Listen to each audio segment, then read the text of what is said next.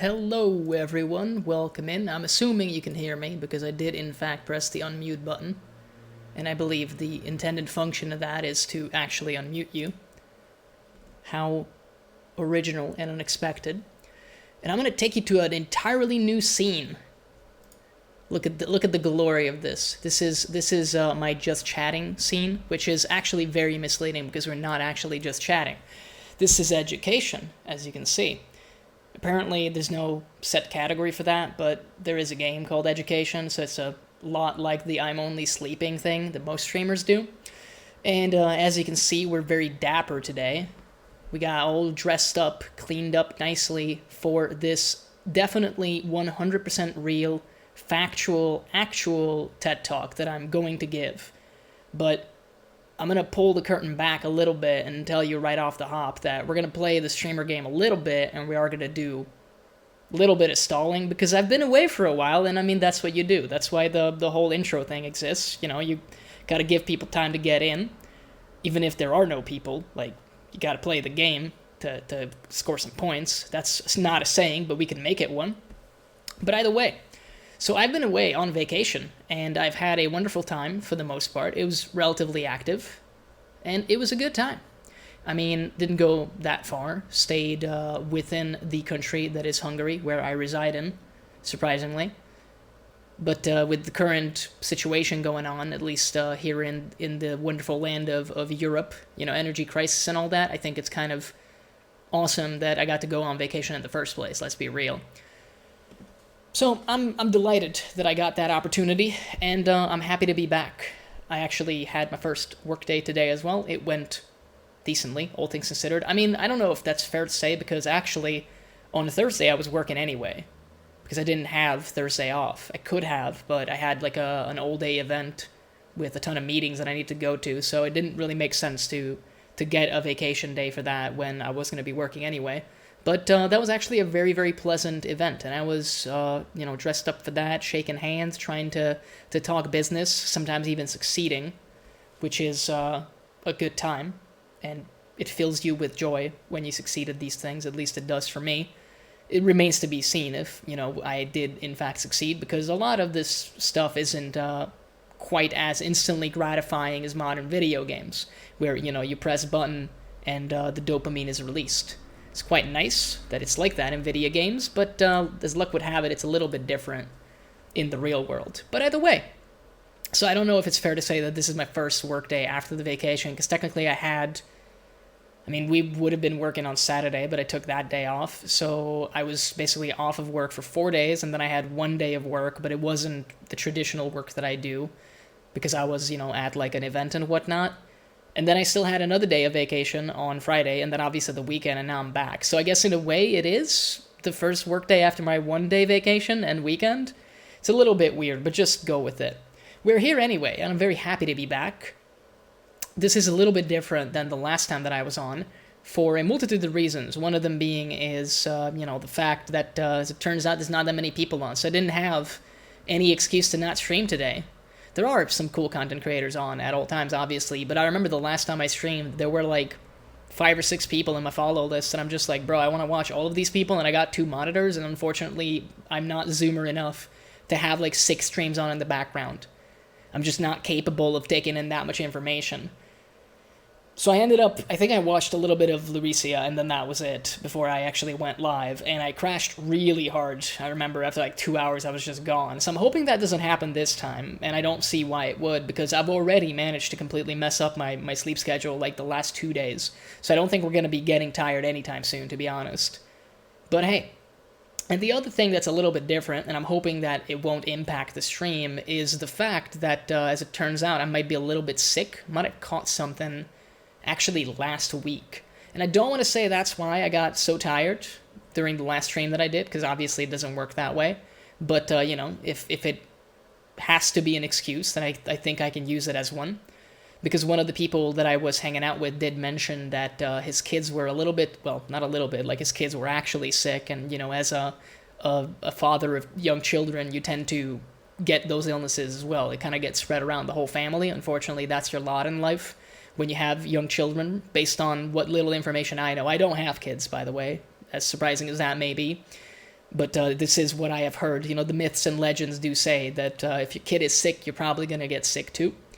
So it turns out I might have gotten the pleasure of getting an illness from essentially a small child through a parent. So that's always a fun time. And I mean, it wasn't so bad. I usually don't get that sick to begin with. Like, I get one or two symptoms and I just kind of shrug it off, don't care so much. So I was technically sick over my vacation, but really all it meant is that every time I was just hanging out in the apartment that we were in, I would just have like a runny nose, and that was it. So other than needing to go get like regular shipments of tissues, I think I was fine. So it was okay. But I did have like a couple cuffs earlier today, so I'm kind of hoping that our voice doesn't go as we keep on going. I think it will, because it's just the way I tend to do things, 0 to 100. We go pretty hard here. I would like to pretend that we do at least, but we'll see. We'll see. So if I need to do a break to make some tea or something, then I'll go do that, because I have the equipment for that, obviously. And if I have to, like, blow my nose, then I'll go take care of that too. I don't have any tissues with me here right now, but, I have some in the house, so it should go fine. And I'll be very professional and nice and actually mute when I'm doing that anyway. But yeah, so welcome in. And one other thing I wanted to actually mention, but I was kind of in the middle of stuff and forgot. So we have the intro and all the songs and whatnot. I'm still on, and probably will continue to be on a Ray Cuffold binge when it comes to my music, for two reasons. One, I really love the man, and the other reason is a little bit more pragmatic. It's that I believe his album, the only one that he released, is entirely copyright free, which is a pretty big deal in today's day and age, as luck would have it. So, and I would like to shout the man out a little bit, even though I don't think I'm doing him a service with this. I think he has more of a following for understandable reasons than I do, but hey, it's the thought that counts. So the songs that we played were My Poisonous Friend, Daily Grind, and Parasomnia. All really cool songs. Quite like them. I wanted something a little bit more chill. Normally my starting tune is a little bit more, not really uplifting, but there's a little bit more energy going on in it. And I felt like that would be very misleading going into a stream where I'm just going to be on a webcam window, like talking to you, and then essentially just, it's going to be the same window. Because once again, I'm going to pull back the curtain just slightly. I had this entire plan when I went on vacation. Like, I'm going to make a presentation. We're going to get a PowerPoint. I'm going to have, like, a PowerPoint on screen, and I'm going to show, like, a bunch of funny, like, stock photos that I didn't, like, even buy, that just have the watermarks on them, and it's going to be a whole lot of fun. And that's, like, really fun. But the problem is, I kind of realized that that's more like a pitch. And I mean, I could also do a pitch, but it ruins the joke, because what I really wanted to do was a TED Talk. So as a consequence, what I ended up deciding to do was like, hey, what if instead of making like a silly stock photo written presentation, we'll actually try to do a TED Talk? And then I remembered that the last TED Talk I've seen was like probably a year ago. So I had to like brush up my memory basically about what it is that they actually do, like how a TED Talk goes. And I realized like, wow, I really need to make this a lot more front-loaded. I really need to make this more, speaking to the viewers and make them involved, appeal to feelings, and do all of this fun stuff. It's a lot of fun to do that, but I at that point basically realized, and this was at the end of the vacation on Friday, that turns out everything else I had done, like downloading a bunch of silly stock photos and putting together an admittedly shitty presentation, did not really go well with what I had, changed my plans to. I altered the deal, basically, on myself, and I had to realize that my initial presentation, which I wasn't a huge fan of to begin with, so like I was kind of having second thoughts on it in the first place, I had to basically scrap it. So there's not actually going to be a PowerPoint, because turns out most TED Talks don't have a PowerPoint presentation attached to them. I mean, usually there's like a whiteboard or something that people draw on. Maybe you write some stuff on that. I mean, to be honest with you, and this is one of the main things motivating this entire bit that we're doing, because this is just a bit. I mean, look, I'm dressed up and shit, but it's really stupid. But the main thing that I kind of was thinking about is I wouldn't say a lot of plans, but I got some plans with streaming, like what kind of stuff I want to do in addition to just randomly playing games. And there was a part of me that was like, oh yeah, I'll do that when I reach X goal or whatever. But then I figured, like, why would I arbitrarily tie that to that stuff?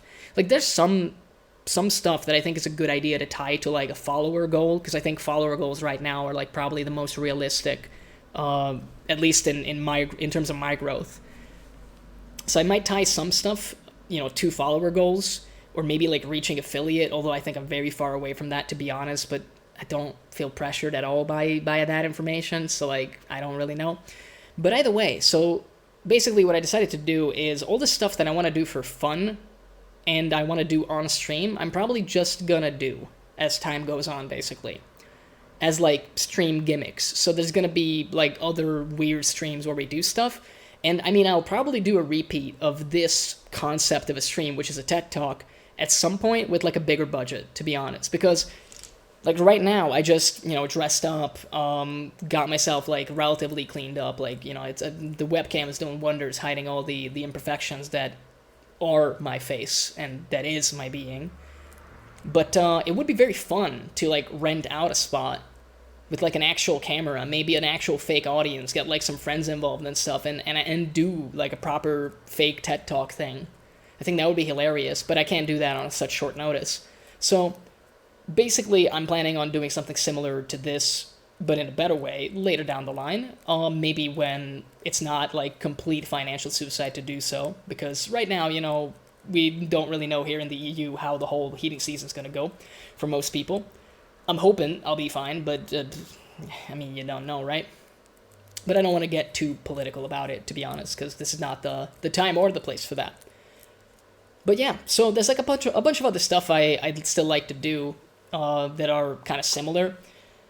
And there are some things that are kind of fun, but a little bit embarrassing, and maybe like potentially not harmful to my career, because I don't really have one. Like, at least not one that I care so deeply about, let's put it that way. Like my work career exists, but I don't really care about it.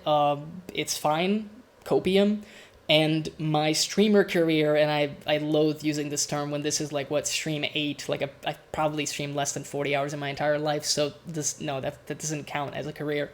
I have more hours on most video games that I played in my life than streaming on this platform, so it doesn't feel right saying that like this is a career. So again, I don't think it would be devastating to do some sussy, if you don't mind the expression, things, but they are conventionally embarrassing, such as like a live karaoke rendition of an infamous Pepper Coyote song. And that's something that I do want to tie to a follower goal, because it's fun, because it adds like an incentive to people watching me to to keep tuning in, be active, maybe get their friends involved, so that they can make a fool of me, essentially. And that's always a good time. I like teasing other people. I like bullying other people a little bit, like not verbal abuse levels, hopefully.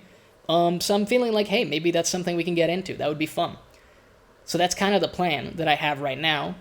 So that's basically going to be one of the follower goals that I might do like a Photoshop thing for and throw it on Twitter. I don't know. We'll see. But that's been on the brain, in the old brain box. And I mean, other than that, like I said, all the other ideas that I have, some of the stuff that I'm not so motivated for, I also want to basically tie to some stream milestones, just so I have a reason to finish them. So probably like a month and a half ago, I had this idea of making a Deep Rock Galactic music video. A lot of these ideas feature music in some capacity, and unfortunately for you, like all of you, they feature me singing in some way, because I don't think I'm going to get somebody else, unless it turns out, like I hate my singing even more than I usually do. But again, I want to take it as a challenge to potentially like just try and also later on improve on that. But yeah, I want to do a like lyrically modified cover of 16 Tons with like a Deep Rock Galactic music video going in the background. But the thing is, this is an idea that I've had, I want to say, for 2 months. Almost 2 months now. And that's a pretty long time. In that amount of time, I easily could have recorded all the stuff I need to record, including the music video, and probably also edited it, even in the limited time that I would have spent on it. Like most recently, with work, streaming, and then being away on vacation, and I couldn't have edited it on my work laptop because it just can't really run that stuff, basically. But that just goes to show that I like the idea of it, I don't like putting in the work. And again, if that's unpleasant to me, then I want to make it a thing that I have to do. I want to force myself to do it because I think the end result would be worth it, basically. I don't think it would blow up. I don't anticipate it doing so. But it's one of those things where I think once I make it, I'll be happy that I did. But I can't get myself to jump over that hurdle and just, do it. With a lot of stuff, I don't struggle when it comes to that, but for some reason, with this particular idea, I do. So I'm going to tie it to some, arbitrary follower goal. So currently, I'm thinking... right now, the plan is, I believe, I don't want to tie something to each and every Twitch achievement that exists, because it seems kind of silly to do so. But I do think there's an achievement for 10 followers, which we're not that far away from. And I feel like it could be a good time to maybe tie that to the Deep Rock Galactic music video thing, because again, I don't think it would take that long. And if I treat it like work, if I actually basically, say to myself, like, hey man, you got what you were asking for in order to get this, you might as well now go and complete the actual, make the end result, edit the video, record it, edit it together, and then release it, upload it, then I think that could be cool. So that's how I'm going to be treating it, essentially. So, I mean, hey, we'll probably put up, a little note on Twitter, most likely, after the stream. So essentially, at 10 followers, we're doing the Deep Rock Galactic 16 tons thing, and at 25, I want to do, wanna is, again, debatable, because I think might be TOS, but I think with that low, follower number / view number will probably be fine, copium. But I'm probably going to do a cover of Pepper Coyote's No Cock Like Horsecock, which is a wonderful song about, exactly what it says on the tin. It's a song that I introduced to my group of friends, and we all laughed, and it was wonderful. And the funniest thing is that while I'm not a good singer, I do not think that I'm a good singer. I think I'm okay at best at some of the songs. I do think the vocal range is mostly there for me for some reason. So I should be able to do, give it the old college try basically, and embarrass myself mightily and have people throw up the lulz, perhaps the kek W's, and maybe even the omega lulz as time goes on. Which actually brings me to another thing that I want to talk about with the stream, essentially.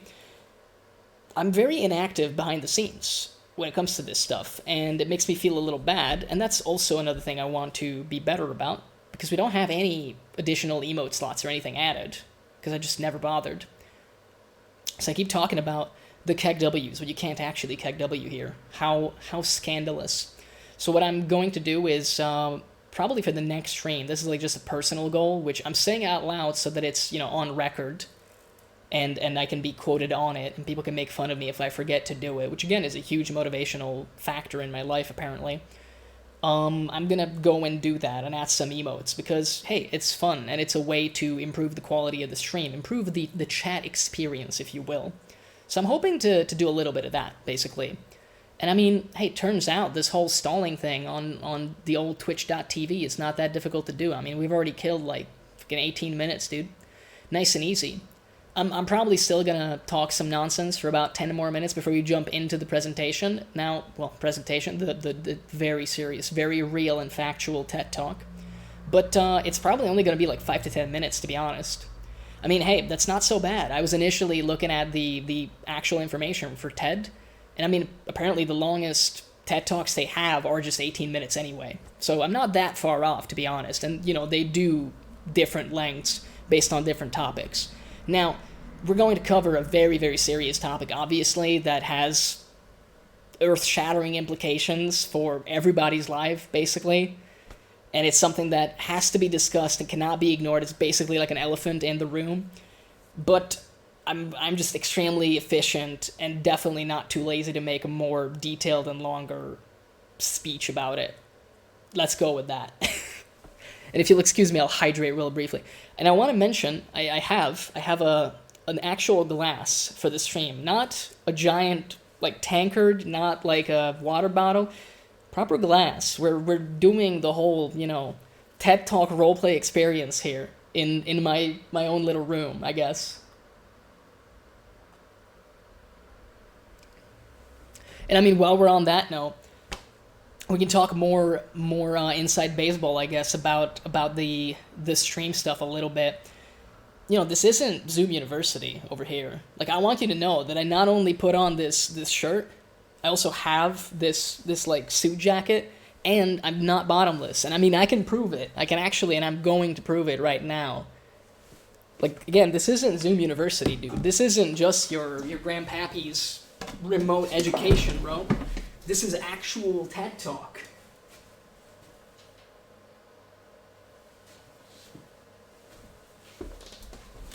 We got pants on, boys. Pants hype and all that. I mean, you can clearly see the professionality that is this stream right now. We got a glass, suit jacket, pants. The thing, I was never gonna skimp on the pants, to be real. I'm not a dude that has ever done the whole bottomless thing, not even, like, in the midst of COVID when, it was, like, remote work from home, and you'd have the meetings. I heard so many, like, horrible stories, dude. There was a guy, apparently, at, I think it was a local university, like, actually, in this town that I'm in. It might have been the capital, but I'm not sure. But there was apparently a lecture where an old professor stood up, left his, like, laptop, came back, and, he was completely bottomless, and his ding-dong was broadcast to everybody in that call. So, yeah, I was like, that's really funny, but at the same time, holy crap, that would be, like, devastating to my life. I would legit just kill myself in Minecraft at that point. So to that end, I've never been a fan of that. And I mean, like I said, I'm not that uncomfortable in clothes to begin with. Like, I usually wear pants when I'm home. This is a shocker somehow, because most people aren't, but this is very different for me. Never had an issue with that, I guess. The thing I was gonna skimp on was the socks. Like, I legitimately was thinking, like, it's really warm for October. Like, I think it's over 20 degrees Celsius right now even. Maybe not right now, but it was during the day. So I was thinking, I'll just put on the long pants, because normally I wear, like, shorts around the house just for comfort, as long as it's not, like, too cold. But as a consequence, I normally don't wear socks. And I was thinking, we'll save some laundry, we'll save the environment and not wear socks. And I couldn't do it. I was getting dressed, and like, I was looking at my pants. The thought, it played out in my head like a Vietnam flashback that hasn't happened yet. It was like a vision, a terrible vision of things to come. And I could see myself getting the long pants on with no socks, and it just made my skin crawl. I was just like, no, not like this. Not like this. So I immediately just put on the socks and got dressed normally. So, I mean, I was tempted, for sure, but, I said, not today, Satan. Not today. Maybe someday we'll do, what would that be? Because, I mean, bottomless is when you don't wear pants. Would it be just sockless? It's not a word that, rolls off the tongue. But maybe one day we'll do a sockless stream, like, when it's not appropriate, because most of the time when I'm wearing shorts, I am sockless, but that's different. That's what I mean. These are all weird concepts in my head I'm starting to realize, and maybe none of them make sense. Perhaps. I mean, most definitely they don't make sense, but that's why it's fun to talk about them. People get to go like, yo, what the fuck's going on with this guy? And I mean, hey, if you want a list of all that's wrong with me, that can be a different topic for a different stream, but it would be a long one. I mean, this one's, in terms of the actual TED, gag we're doing, it's not going to be that long, to be honest. Like I mentioned, it's probably like a 5 to 10 minute little thing I have put together. I am going to do something real quick, if you'll excuse me, because, while we're here, let's see if we can get the TED logo on the screen. Can we get the TED logo on the screen, please? I'm talking to, the behind-the-scenes people. That is also me, but we're pretending to be very professional, obviously, so don't mind me. I mean, this is going to look absolutely terrible, because I'm not willing to spend any more time on it than necessary, as it turns out. Oh boy. Yeah, let's do that. And I would like to add...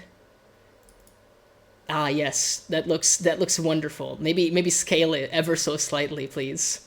Thank you. There you go. You see, we're very professional now. Also, maybe in danger of being sued, but I think that's fine. That's a risk I'm willing to take. If Ted wants to come after me for using that logo, then they're more than welcome. Then I say, put up your dukes, Ted, let's fight it out. I hope they have a sense of humor about this kind of stuff, to be honest. I mean, after all, isn't Ted like an animated teddy bear that is also comedic in nature? Like, come on now. He's got to have a sense of humor about this stuff. I get that he hosts all this shit, but then just put the bear Ted in the corner. Yeah, that was a thought, to put like a teddy bear picture. By the way, welcome in, Ren. I was debating that, but I think the joke is a little lost. And I was very sad. I was like going crazy trying to brainstorm a good idea for a stream title, and I couldn't figure one out. Because I wanted something that's like song lyrics, but somehow also references fake education. And the best I could do was like Van Halen's Hot for Teacher, but that's a very different experience. That's about wanting to bone your teacher. And if I'm not really your teacher, I'm just a TED speaker right now, obviously definitely hired and official, in an official capacity. But if you want to bone me, then there are problems going on in your life. Like, I'm sorry to say, but it's true. But yeah, so now we got that little TED logo at least. And hey, I mean, I guess I could also still get like a teddy bear. We could do that. You know what? While we're here, why not both? I believe it was an old meme that said, "Why not both?" Let's see if I put in TED film what I get. Google, what can you put up for me? I mean, I don't really want to put him here. Like, maybe this one is fine. This seems like kind of official. A lot of it was just very, very casual, and I wasn't so into that. You know, I'm out here like in my Sunday finest, and then this man is like not gonna have that. Are you insane? But this is like very, very nice. So let's go with that. We're doing it live, baby. Another image, please. Thank you. Thank you. Oh, that's not what I meant to do. Where did this image go? It was here a second ago. You see, this is becoming more work than I thought it would be. How dare they? How very dare they? I believe it's this thing. Yes, and there you go. There we go. It exists now. And now we can also get sued by the other Ted. Isn't that wonderful? I mean, hey, you know, if we're gonna have a fight, it should be a big free-for-all with an animated teddy bear and a bunch of intellectuals. Like, that's how I want to go out. Pretty much. I mean, hey, we've been in here for about 40 minutes now, so I think it's just about time to actually do the content. Let's do the content, and then we can completely abandon the concept that we're doing here and just play video games like we usually do. Because we're very serious speakers, but also video games, right? The bing bing wahoos and all that. So let me hydrate one last time before we get into this. You know, like, I gotta mentally prepare myself, put on my war face and all that, and then we can go.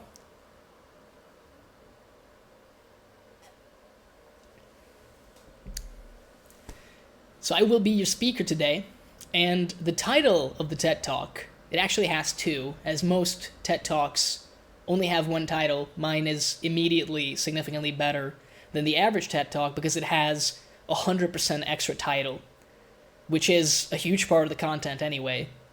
And the title I went with is Science in Support of Clear Communication. Also, a proposal for a new unit of measurement. And I believe it's fair to say that you, the viewers, and I are extremely similar.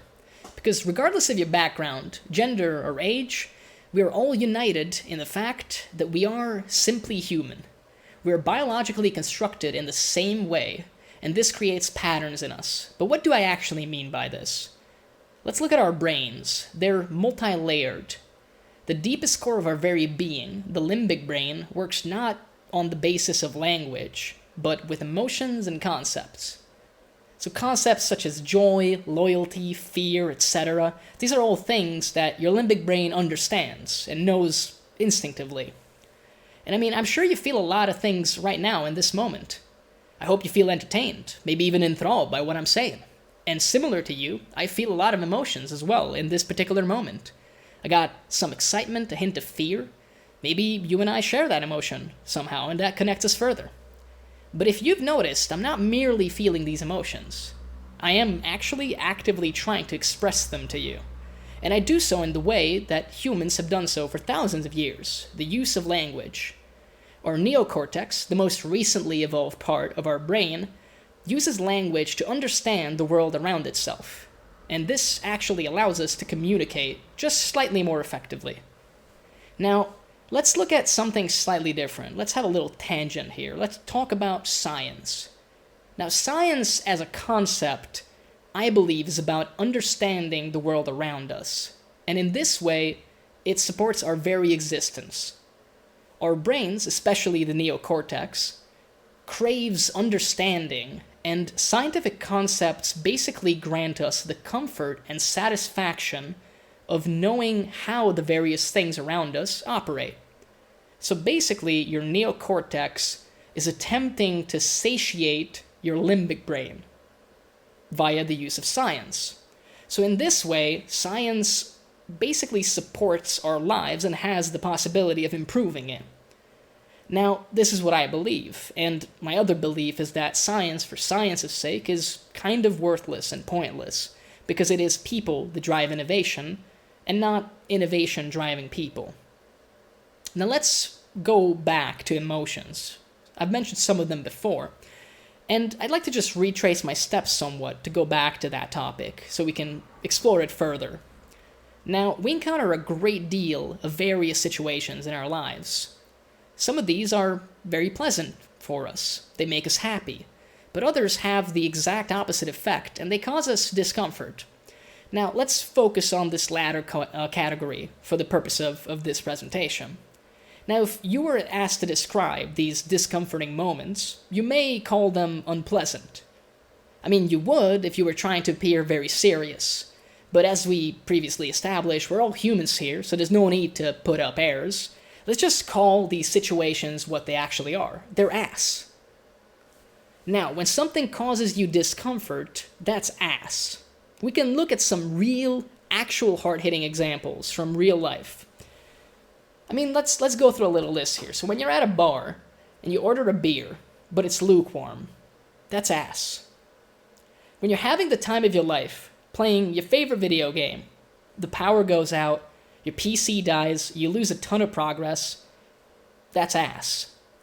And when it's time to say goodbye to your friends for the day, but they don't kiss you goodnight, that's ass. Now, encountering ass in our lives happens to everyone, and unfortunately, it happens quite often. The dissatisfaction and the discomfort is well known to everybody. Now, expressing how frustrating these situations actually are is a little difficult, because as we established, the different parts of your brain operate vastly differently. Your limbic brain feels and understands that something is ass, but it itself cannot speak. It does not understand language. And therefore, it's up to your neocortex to translate this unpleasant emotion into words that others might understand. Now, this is difficult, but clearly we're managing. I mean, I'm communicating to you right now about this topic, so we're getting somewhere. But what I believe is that expressing how ass something absolutely is needs to be improved. Because as I mentioned before, science should always support us in living our lives. For this reason, I am proposing a new unit of measurement so we can more accurately discuss how ass various things are. I propose the measurement be called assitude. Now, we could measure how ass something is in one of two ways. The first would be in square centimeters, so the area that it takes up. In this way, we could express how much space the hypothetical ass would take up. Now, the larger this value is, the more ass the situation or object is. Now, I believe that this could cause some issues, because people are prone to exaggeration. After all, we're emotional creatures. So it wouldn't be long before 85,000 square centimeters of ass would get thrown around in casual conversation. Society would just end up in an ass expression arms race, and this goes against my belief of science improving our lives. It would be pointless. So I have an alternate proposal for the measurement itself, and that is of percentages. This allows us to put an upper limit on how ass anything can be by working with these percentages. But how would this actually work? So rather than measuring merely the hypothetical bottom, or ass, that the ass object or situation in question would have, we would look at how much space this hypothetical ass takes up on a hypothetical chair. How much of the hypothetical chair is consumed by the hypothetical ass, if you will. Now, in practice, this would work a bit like this. If you're served a warm beer at a bar, that's annoying, but not the end of the world. I would personally rate it at a solid 32% ass. Still awful, but there's plenty of room for non-ass on that hypothetical chair. But not getting a goodnight kiss from your homies? That's at least 69% ass. I mean, your emotional needs are not being fulfilled, and this is devastating to anybody. And it should be expressed appropriately. So basically, my proposal is just a way to more accurately describe what we feel. It is a way for our limbic brain to be understood by one another. Now, the exact values for all of this are still up for debate, and both ways of measurement have their own unique advantages, but I think what is clear is that we must improve how we communicate about these ass experiences that we have, so that we can discuss unpleasant topics more easily by using this innovative new scientific measurement called assitude. And if you also believe this, then please join me in this endeavor. And of course, thank you for coming from my TED Talk. And I stand by what I said. And I mean, hey, that's the content right there. Like I said, we're fast, efficient, in and out, nice and easy. There you go. Too long to be clipped, as most good things are, but we're going to turn it into a separate little video. And I mean, hey, could it be even longer? That's a question I get all the time, but at the same time, yeah, I was just too lazy to do even more. But I still think there were some fun bits in there, and it was a joy to write it.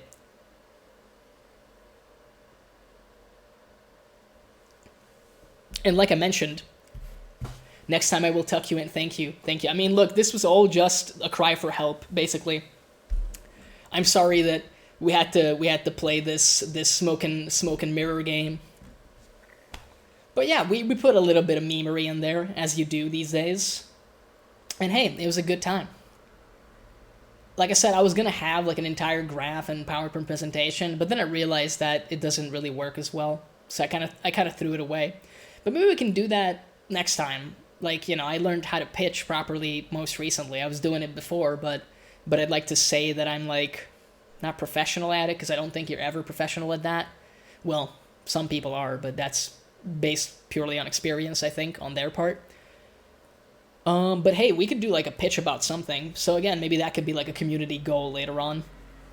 And the joy and wonderful part about this entire stream is that now I'm probably going to leave the TED and educational tags like on for months, because I'll most likely forget by next time that they're there. And it's going to be fun to just have them there. Maybe, you know, people will ask questions, and then I can link them the video that I'll later make of this. Because, you know, you got to make that content, dude. I mean, hey, it's just going to be... I feel like a TED Talk is basically... The reason it's so successful is because it's the perfect type of content for today's day and age. And like I said, the saddest part is that I was thinking the whole weekend, like, man, if I had the possibility of, like, renting a space and making an actual set for it with a fake audience, maybe even a laugh track, that would have been really funny in places, like cringe but funny. I would have done it for, like, what was that? Maybe 6-7 minutes of content. I would have done that. That's basically what's wrong with me. But hey, that's the beauty of this, that this was, you know, the alpha version. Maybe we can workshop it a little, take it back to the lab, make it as good as it can be, and turn it into something even greater. And I mean, I'm gonna go into some video gameage, but I'm still kind of happy just sitting here in the just chatting category. And in fact, I'm going to change the category to just chatting, because I feel like the education, you know, gag is kind of done. So let's pivot off of that real quick. Be gone, education. Edumacation, be gone. There we go. It has been updated. We are now actually just chatting. My scene is actually not a lie anymore, because I called it just chatting in OBS. I didn't dare call it education. I know my limits. But yeah, over the weekend, I actually tried out Overwatch 2. Because Ren, actually, in the chat, recommended it. Because he's been playing it. And I think I played 2 hours, which is probably an hour longer than I wanted to do, but it's a long story. I think I exclusively played Reinhardt in tank queue, and it's a very different experience than what I'm used to with video games. Because it's been a very long time since I've started playing a game that I didn't know most of the information about. And I mean, I wasn't like pro in Overwatch 1 either. I can't even remember what rank I got to at like the highest point. But I don't think it matters that much. But usually I'm like a giant nerd when it comes to various games because I just play the same 3 games over and over again. And it turns out that that allows you to feel really good about yourself and pretend that you're very smart even if you're not. And then you get to call it game sense when it's just basically brain muscle memory. But that's okay. Now in Overwatch I have none of this. And I don't care. I don't know any of the new characters. And by new I mean people like, what is it, the Gravity guy? Like Sigma or whoever the fuck? I don't know what his deal is. Don't know half the characters, basically. All I know is that Mouse 2 is shield, and if people stand behind me, then I'm useful. And Big Hammer go smash, basically. And it's a very different experience from most of the video games that I play as a consequence, because I have genuinely no idea whether we're winning or losing or doing well. But boy oh boy, did they build the game in a way to drip feed you dopamine. I mean, you barely get through a game, and then you got, like, pop-ups left, right, and center. You got your frickin' Battle Pass XP. You're getting, like, what is it? It's like, not recommendations, there's something else at the end that you get to give to players. And you got, like, those pop-ups, and like, Jesus Christ, I'm like, bro, I just get me into the next game. Like, just either take me to the menu or just take me to the next game. Like, I don't care about any of this. So it's very, very weird. I think initially when I was playing, I had like a little bit of anxiety because I was actually thinking like, God, am I doing well? Because I'm the single tank in the entire team. But turns out I do think tank is probably like one of the easiest things you can actually play. Yeah, endorsement, that's what they call it. I get it, like I get the way that it works, but I do think it's just about keeping players engaged because it just makes you feel good about yourself. But it is a little weird, for sure. The other thing I don't like so much is the new scoreboard. And I love the information. I'll preface it like this. I think it's good, now that I've used it, I think it's good that you see actual information, rather than the previous very opaque, you don't see stats, you just see your own stats, and you see medals and stuff. It was pleasant, but it was weird in Overwatch 1. And now in Overwatch 2, the clarity is definitely more welcome. But I think the problem I have is some of the stuff is just like done weirdly. So like the contesting time gets reset at every push, for example, which is, I guess, understandable because technically that's the only thing that matters is the most recent push, but it's still weird because occasionally I would like look at the scoreboard one time and have like 80 seconds of contesting time as the tank, and then next time I press tab I got like 2, and some random DPS guy has like, I don't know, 34, and I'm like, bro, what the fuck happened to like my nearly 1.5 minutes of contesting time? And I don't know. The fact that we're still pretending that there's no kills in this game, like, we have to call them eliminations. I'm like, bro, like, you hit someone with a fucking rocket-propelled hammer, and they ragdoll off the side of the map into, like, a bottomless pit, and you're telling me that he's fine, Copium. He's not dead, he's just resting. Like, come on now, please. Like, that's just fucking dumb. Let's just call it what it is. It's a kill. And especially so, like, deaths are still abbreviated to D, so apparently dying is okay, but killing is not? What a double standard. Like, that's ridiculous. So that's a little funny. And MIT, for damage mitigated, I believe is supposed to be the number, is the dumbest fucking shit. I get it's supposed to be mitigation, it's supposed to be shortened from that, but it makes no sense because apparently it tracks stuff like the damage someone would have taken if you wouldn't have used your ability. I'm sure there's like some really weird in-engine stuff going on for that to work in terms of like measuring that. But I guess my issue is more so like, just bro, call it damage mitigated. I think everybody would understand. And then you could have just had like MDMG instead of MIT, where I'm just like, is it Massachusetts Institution of Technology? Like, if I get, like, 999 on my MIT as Reinhardt, do I just get accepted to MIT University? Do I get a letter of acceptance? And, you know, does the dean just let me know, like, hey, man, I saw you playing Overwatch 2, bro. We want you at the university. Like, come fucking, not only just enroll, like, come teach. Because, like, that would be weird. Yeah, mitigation is the column to measure tank efficiency. It is that, but it's also for supports and stuff. I get it. I get that it has to be called MIT to make sense, but I disagree that it does not make sense, and it should be MDMG. And also, just have hover over in the fucking tab menu. Like, come on now. It's not exactly rocket science. Just, instead of having me, like, go on my phone or Alt-Tab to figure out the fucking scoreboard, maybe just have hover over functionality. But that's, like, another gripe that I have as someone that isn't no-lifing the game currently and didn't no-life Overwatch 1 for 6 years. I played, like, maybe 1 year actively. The fact that I can only see the hero information for the character that I'm playing is kind of stupid, because I don't care about my own character. I most likely understand how to play the character that I'm trying to play, hopefully. But I would like to know, for example, what the hell my teammate can do if they're playing someone that I don't know. So at least in the beginning of the game, it would be cool to be able to, you know, click on somebody's, like, character portrait and be like, okay, what the fuck does this guy do? But hey, you know, these are all just the ramblings of a weird guy that probably will only play Reinhardt.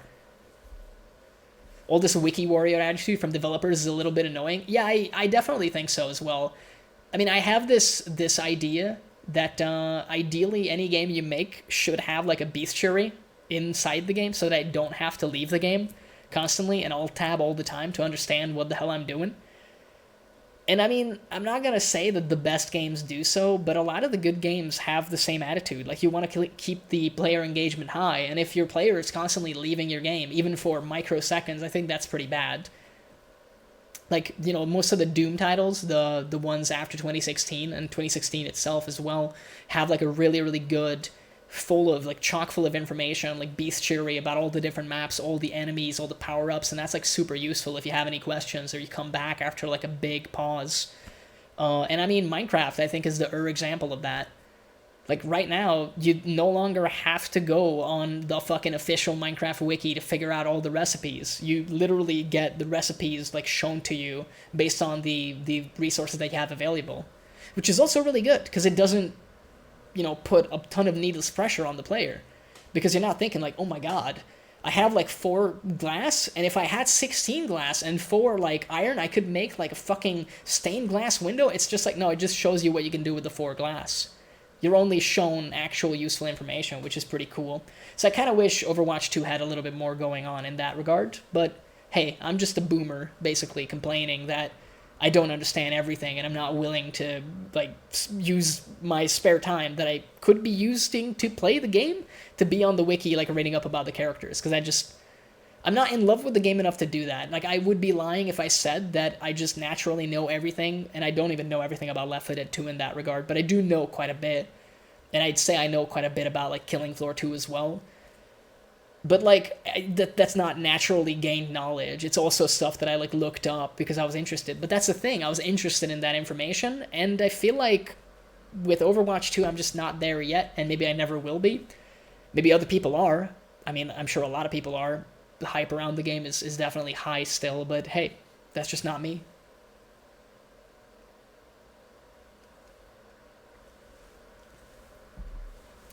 But it's a fine game. I'll probably, like, end up playing it a little bit more just to see what it's like. And I wouldn't mind, you know, getting into ranked mode just to see what that part of the game is like now that they have the role queue and everything. I mean, I played back before even, like, GOATS was a meta. And obviously Overwatch 1 was a vastly different game. But ranked was, like, kind of fun because I never got to the super high ranks and I didn't really run into any, like, super toxic people back then. Again, maybe just because it was early on in the game's life. But I don't know. Maybe nowadays it would be different. But I would be curious to give it a try. Perhaps even as a solo player. I definitely see myself as a tank player. I was thinking originally, like, oh yeah, I'll go in the flex queue and whatnot. And I'm just like, bro, I don't want to be that guy that pretends to understand what the team needs. Because I just don't. I just don't understand, and I think that's okay. Maybe once I get better, if I ever get better, I'll get there, but I don't know, dude. I'm happy just being a tank. I'm just happy swinging a hammer around. It's fine. It's in fact good. But yeah, I think we're gonna change the title and get into some gameage. So let's in fact do that. Let me real quick change some stuff. Let's pull up the necessary docs here.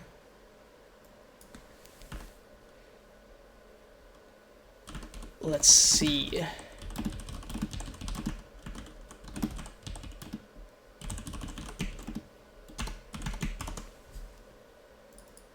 We can leave that like that. We can change category.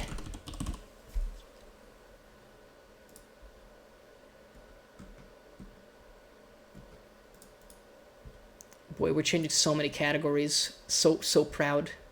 So proud of myself. That's what I found good in the game. If you find the preferred character, you just play it endlessly and it's good. I mean, yeah, it does seem to work for the most part. The one complaint I have, I guess, is I've had games where I feel like I was doing a really good job as Reinhardt. Like I was making some pretty nice plays, but we still lost ridiculously badly. And then I had games where I felt like I didn't have so much to add to it. Like I wasn't that impactful, and we won ridiculously easily. So that's kind of the part that I struggle with. And I think it's one of those things where one tank is good for the game, but I think one tank is a lot less impactful than people believe it is. Like, I was worried the tank would be, you know, like a pressured spot where you're like, oh god, the whole fate of the team depends on me, and not really, because at the end of the day, it doesn't matter how good your MIT stat ever is if people just don't want to fucking stand behind you. And, like, that was the big thing that I noticed, that good players, the few that I ran into, understood that if I'm going to be actively tanking, that they can benefit from that. But then you had, like, people playing Cassidy just going like, lol, I'm just gonna roll around the map and get killed, like, out in the middle of nowhere, far away from my team. And you can't save those guys. I don't think even as support you can save those guys, and I don't think you should, because you're just gonna die by following them around. That's kind of the one thing that I have heard as a complaint about the game that seems to hold true, which is basically you just have to deathball. There's not much else going on in the game, basically, where it's like, yeah, like, just fight as a team and you'll be fine. And if you don't, like, guess what? You lose.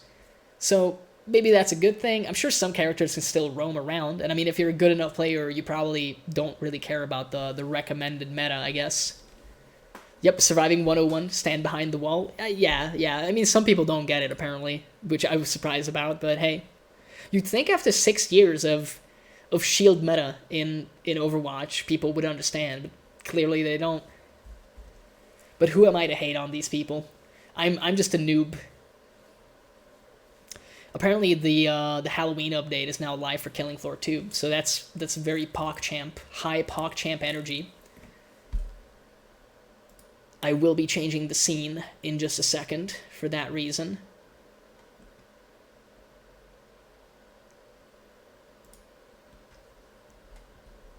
If it ever actually starts the game. This is always the big question with Killing Floor 2, you know, like, at this point it is bloated to, I think 100 gigabytes in its size. Oh my, there's a fiery explosion, everything. Oh boy, I can't believe you missed it. Let's see, if I change it to this, is it just gonna work? Oh, it does. Good lord. We got some dailies. We also got the seasonal. Oh, and we got the good old, like, initial hang up there. The weekly on Barmwich Town, so that's a new map, I guess. Weapon room. Bonfires. Wave 15 on Endless Hard or higher. We can grind Endless Hard a little bit. That could be fun. We can pretend that we'll do this. Do we want to do Tragic Kingdom first? I guess we could. Let's see. I can't even remember Tragic Kingdom. Which one is that? Oh, I don't like this map so much, but I guess we'll give it the old college try. I don't like the menu music. I can say that much. But hey, maybe that's fine. Yeah, let's go. Let's get into it. I should reinstall that game, but my hard drive is small. Should clear some space. Yeah, this is like the one downside with modern video games, I think. At the best of times, they're all vying for your hard drive space like crazy. And I mean, Killing Floor is very guilty of this, but it's a fun title for sure. I mean, I like it quite a bit. I think we have a C4 daily to do, so we'll probably like start off with demo. It's also pretty strong, so I'm hoping that it'll allow us to go through Suicidal basically, despite the fact that we've been away for a while. But yeah, Killing Floor 2 is just a fun little game to play. I've been having more fun with it even than Deep Rock Galactic, because Deep Rock Galactic is fun. The one complaint, I guess, if you can call it that, is it takes a long while to go through like most of the maps. Because I mean, you can do some of the regular like Morkite farm stuff probably in like 15 minutes maybe, so that's not like so bad. Man, they're just like, oh, they got rallied. That's why they were able to catch up to me. Getting completely grabbed over here in this corner. But yeah, I mean, the reason I like this game is because you can just like mindlessly play it. But I think you could probably do that with any game if you played as much of it as I have on this one. As we mentioned before, I think I have like over 500 hours now, which is honestly way too much. But hey, we don't judge here, or at least I ask you not to judge. It's more like it, I guess. I mean, hey, at least they have the Halloween skins now. That's always a plus. Although I think on one of the maps the last time I played they had it, but that could have been just a server thing. Although it's kind of weird to talk about server things when I'm, you know, playing offline supposedly. But hey, this game has always been a weird one. Gotta get the fat boys. And I mean, hey, we're back to our usual stuff now. Just playing the video. We did have a good time, and we are differently dressed. That is sure to get some questions going, hopefully. And yeah, I don't know if I should get C4 now or just do what I usually do, but I think I'm probably just gonna do what I usually do because I think C4 is high enough damage that we can just get it anytime, basically. And I just really like the Kaboomy stick, to be honest. I mean, I kinda, you know what? I'm just gonna get like all the ammo. I was thinking about maybe getting a grenade or two, but it just doesn't matter basically. As long as I have enough Kaboom stick rounds, I think we'll be fine, more than fine, in fact. And let's skip 10 seconds of time. Ain't nobody got time to wait 10 seconds. In my experience, this is the only good part of this map, by the way. Some people like the actual roller coaster as well. I think if you have like 4 players at least, it can definitely work. But I'm just all by myself, and therefore I'm not going to be doing that. So we're just going to be sticking it out over here. And dropping nukes. Which is always a good time.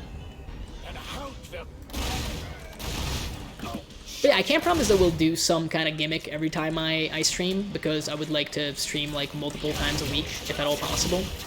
But it would be fun to do some other like gimmicky bullshit, such as what we kind of did today. But I don't want to like just put pressure on myself.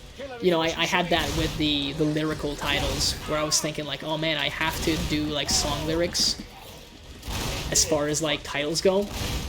And I think that's a cool concept, but at the end of the day, if it just makes it harder to come up with the title, then maybe it's not so good, basically. Once again, the damage from your average crawler on Suicidal is just insane. Deals more damage than a flesh pound, bro. Ridiculous. The developers really forgot that attack speed is like a stat in this game, I feel like. But hey, HP is just a resource. You know the difference between 100 health and 1 health is basically 0, because you're alive either way. The only difference that matters is going from 1 to 0. Or 100, you know, going to 0 from 100. Which unfortunately can probably still happen with the Matriarch. I don't think they ever actually fixed that one bug where like one of her attacks one-taps you. Because how does hit detection work in video games? I don't know why I sold that. That was a misclick. But I don't think it matters. Yeah, I guess we could buy it. You know what? Yeah, let's pretend to be smart. after we made a really silly mistake. I'm about to shut the pod. I'm probably gonna use it on like the bloats, maybe the flash pounds. We'll see. And this will also get us the other daily. I don't think I'm gonna be doing that for basically no reason. It seems kind of far away too. I'm fine. I'm fine over here actually. Let's just stay here. I was gonna get the collectible, but then they crept up on me. How dare they? How very dare they? Wasting ammo like a chump. You love to see it. Is it worth like? I don't know if that's like worth it just to get the damage. I feel like with the bloats it's worth it because they have so much health. Well, their bodies do. I'm wondering, well, I don't think C4 nukes would really be like good. Well, they wouldn't be better than any other type of nuke. But flash pounds getting C4'd in the face sounds like a good time for our daily. And I mean, I guess we could do that and kill that guy as well. Let's just...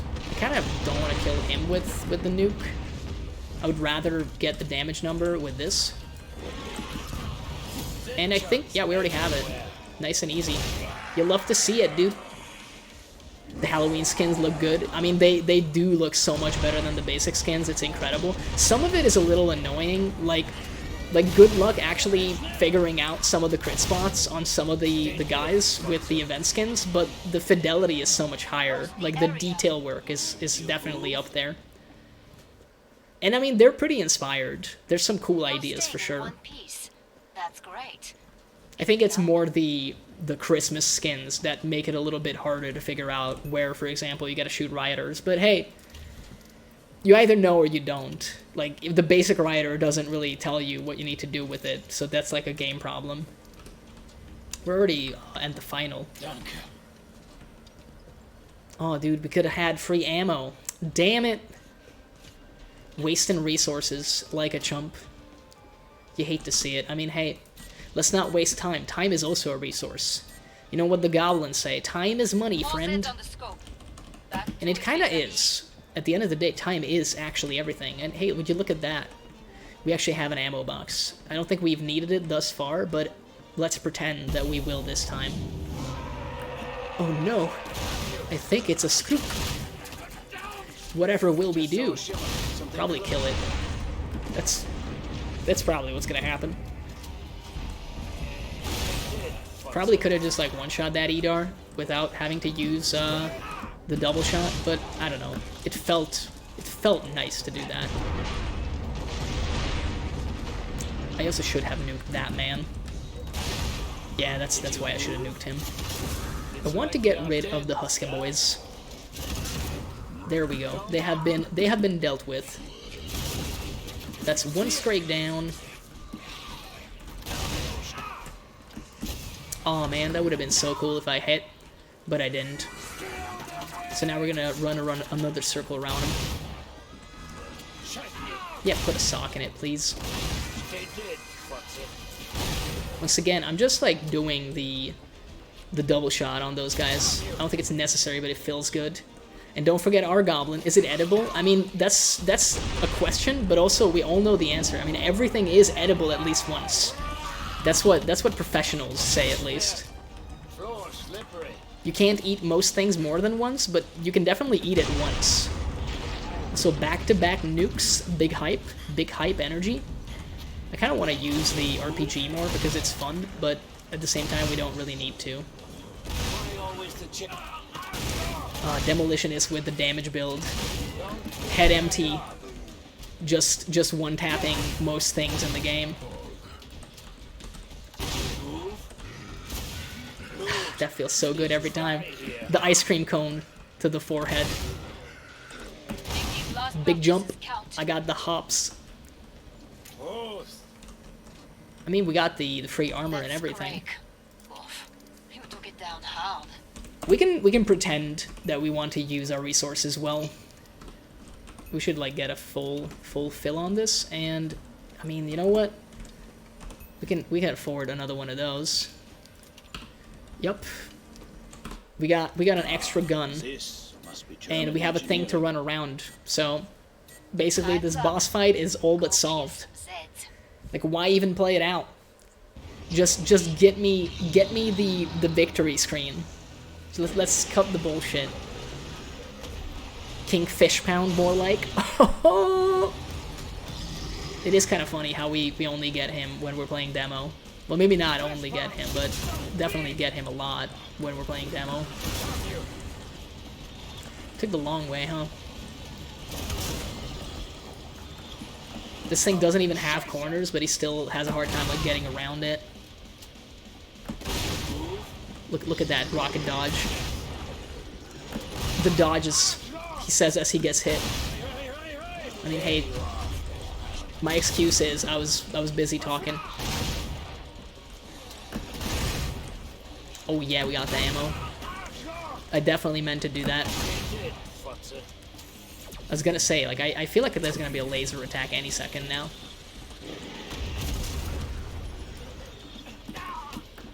Yeah, just knock me around. Thank you. I appreciate it. I'm so happy I didn't go on the platform more. And there we go. He's gone. I mean, that's 2 of the daily things we had to do, and I can't remember what the third one was. What was the third one? Commando XP. We'll probably do that on the new map. What is it, like 2 or 3 waves that we gotta do? I think that's fine. 10 headshots. Look at that. Look at that. Absolute pro gamer. Well, let's go to the home menu because we're gonna have to go on Endless. I guess the question is, do we just want to do like Endless Hard? I think probably let's do that since it's a new map. Let's familiarize. Let's get, you know, a little bit familiar with it. Let's familiarize ourselves with this. Yeah, Endless actually. And what is it? It has like a B, right? No. What was the name of the new map? I'll figure it out. Don't tell me. Don't tell me. I'll figure it out. Bro, what is the name of it? Yeah, Barnwich. I scrolled past it. Looks kind of cool from the preview. Excuse me. Let's see. Let's see what it's like. And let me get some more water. I'm bad about hydration, dude. I need to level up my hydration skill just a little bit. Grind that XP.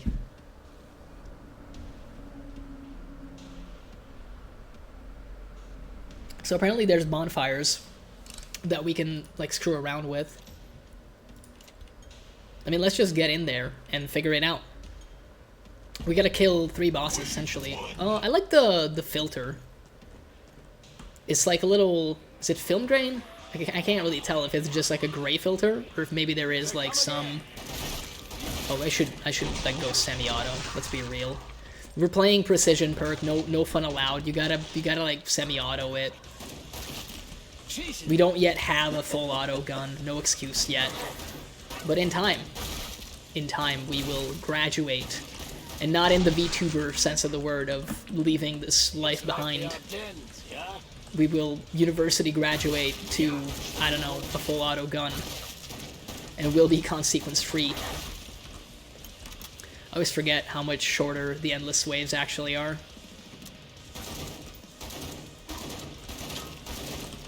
My man does not have a head anymore. So is that a bonfire they can walk through? I don't think so. It looks kind of like a raging fire though, so maybe.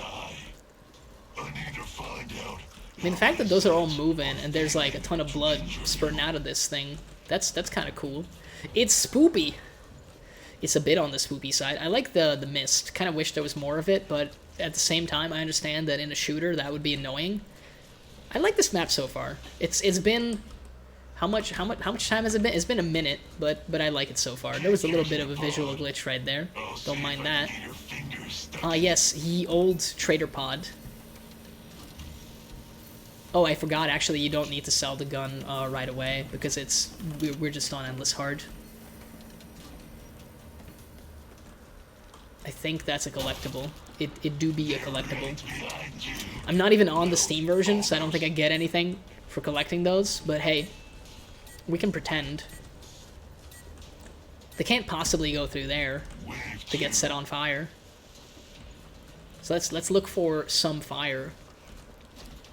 This is fire, but I don't think it's gonna actually burn them. Is it just that one, like, burning tree? I'm kind of assuming it is just that one burning tree. I think I hear a husk, or maybe a rioter behind us. You know, the telltale sounds of armor, of a full suit of armor, is what that sounded like to me. Is it a collectible? It is. Again, I don't know why I'm getting those. But we are in fact getting them. I feel like, yeah, this is a bad spot as a precision perk. That doorway was not particularly good. Hey, we leveled up. That actually allows us to get... Yeah, we definitely don't want fallback. More stumble power next round is going to be good, though. Yeah, I don't see any fire. Maybe it's just that one spot in the center. Well, it felt like the center. We'll try to go back there, then. Yeah, because how would you make them walk through this? I was afraid he was gonna do like a suicide attack, but thankfully not. All right, let's see if we get to go back to one of the spots with like an actual bonfire. That would be cool to try to figure it out. I for once did not look up anything about this update. I mean, I didn't even know that the update was live until I started up the Epic Games launcher, so this is a new sensation for me. My virgin eyes, and I guess my virgin hands that I'm using to play the video in question. Most people prefer that. So this would get us 200, which would get us to 794. Yeah, I guess we can get to the bullpup with some ammo. Yeah. I see you over there. Again, I don't know what good it does me to kill those, but hey, it feels nice. It gets the dopamine going, and I believe, what's this thing? What are you? That's different. I mean, we need the XP. Might as well try, I guess. We can kind of go full auto. Not for that, but just in general. They made it real easy to spot this, huh? Yeah, like we don't need to go full auto. I thought this was farther away. So that, like, thing is kind of glowing there, huh? I feel like maybe we could do something with it as a consequence. Yeah, I feel like this place has only entrances. I mean, we're gonna die. We're actually going to die. But at least we have the objective. And I think we're not just going in a corner, so that's, like, pretty positive for us. Once again, the areas just continue to be, rather than challenging, like, just more frustrating than anything. Is there even a reason for us to like, go back? Do we have... I think 6 enemies might be enough. But I don't know the path around the place. This kind of looks like it might take us around. Is that a bonfire? Are you a bonfire, sir? Can you answer me? I can't believe that he missed, but apparently he did. Again, very important that we get the collectibles. Couldn't tell you why, but very important for me. I mean, if we go back to the area, then we are at least pretty close to the center of town, I feel like.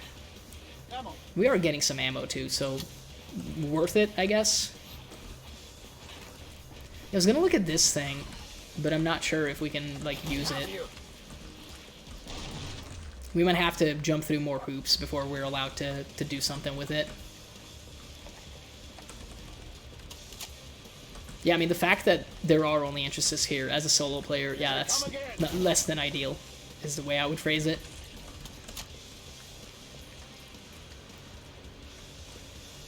I'm not sure about that glow. I think it's definitely trying to say something. There was anything but luck. I would And I don't see, like, a button prompt or anything. We'll probably figure it out eventually. But I do like the look of the map.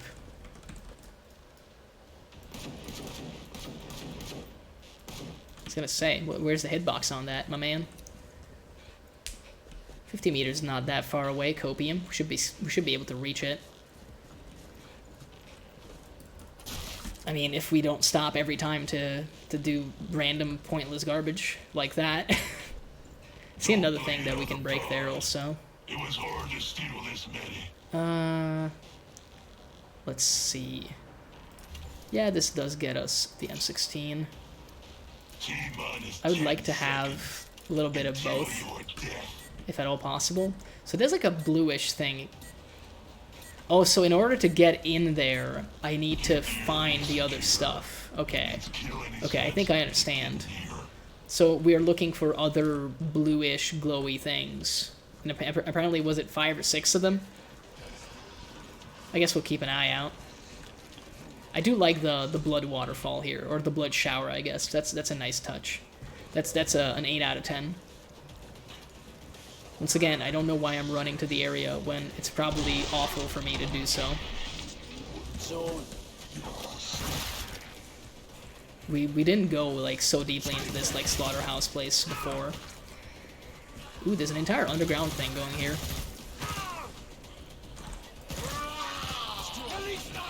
Really, dude? This is just like Sanitarium, like going down here. Apparently, it's just exactly one person wide. The rush distance is just short enough for them to build up. Let me heal. We'll probably need to heal, like, soon. Oh, so that's number 2, apparently. Hopefully, those don't reset. I would be sad if they did. If you have to, like, do it in a set amount of time, because I definitely don't know where the others are just yet. But hey, maybe we'll figure it out. Almost totally secure. Almost totally. I mean, you didn't give me much choice there, buddy. Come on, Kevin. Cut me some slack, dude. Did we get all the collectibles yet? Have I completed my non-existent objective? Have we done the Commando XP too? We have, so we could switch off of Commando, but maybe we won't, because fighting bosses is the premier source of XP in this game. Yeah, we have actually gotten all the collectibles that we need to shoot. Usually there's like 15 to 20. Ammo is, in fact, good. I feel like, yeah, you use this to set people on fire. I mean, hey, we only have one gun. Thankfully, it's just, you know, hard. So that should be okay. Instead of, like, suicidal. To quote Mitten Squad, you know, I'm hard, so I'm playing on hard. This Kevin skin is so good, though. Like, it's actually goated. I see more pointless collectibles. I mean, I don't want to waste my stuff on it, though. So, like, I guess we can... Is he on fire? No. He's definitely not on fire. Can he not catch me? Because he's caught... Like, he was just there, right? I can't seize him. I thought... He was just, like, caught there on something. That's kind of weird. I thought he was, like, caught on the tree in the center. I'm gonna try to get him, like to walk into it. See if that does anything. Does he get on fire? I don't think that works like that, unfortunately. I'm not sure how the objects, like, block on this map yet. There we go. Got him, and that got us another level. Looks awesome. Yeah, like, I love the event skins. On the bosses especially, they're so good. Okay, so we can switch off of Commando. But I guess we could also stay Commando and just try to grind some sweet XP. Get that XP-ness, if you will. I can't So that's why that was glowing. Okay, okay, I figured it out. I figured it out. We got, like, half a brain. Move it, idiot. Get some gear, ammo. We don't need the all those revolver. things that help you not die. I guess we'll, like, stay commando just for a little bit longer. I don't... Have we been this way? Maybe, maybe not. I'm just looking for glowy, oversized coins, I think, is maybe what we can refer to them as. Any coins in the chat? Weapon here. Ah, yes, another pistol. How wonderful. Wave 6. I felt like that could have been, like, the premier spot for one of those extra collectibles right there. But apparently I was wrong. Put armor here. Some free armor is very dope, but I haven't been hit yet. Pro gamer problems. Pro gamer problems right here. Oh yeah, by the way, you know, Halloween is coming up, you guys, in case you've forgotten somehow.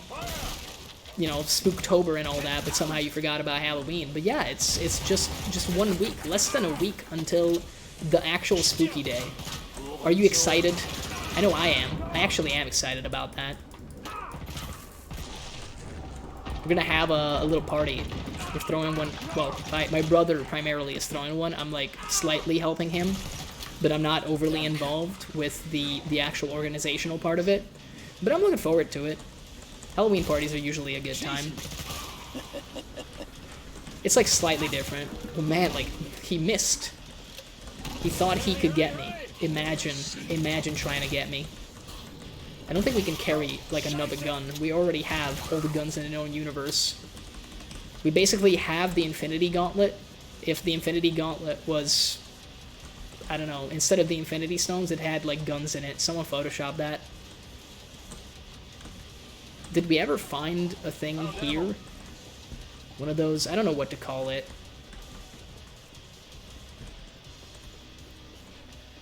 Can we can carry more gun. We can always carry more gun. No, I mean, we're not support. We can't always carry more gun. Kind of don't want to kill you because you're one of the few, like, slower enemies. So maybe what we can do, we can kind of cheese it because there's only 3 guys left. It's not going to make for a very exciting time, but it's going to make for a very useful time.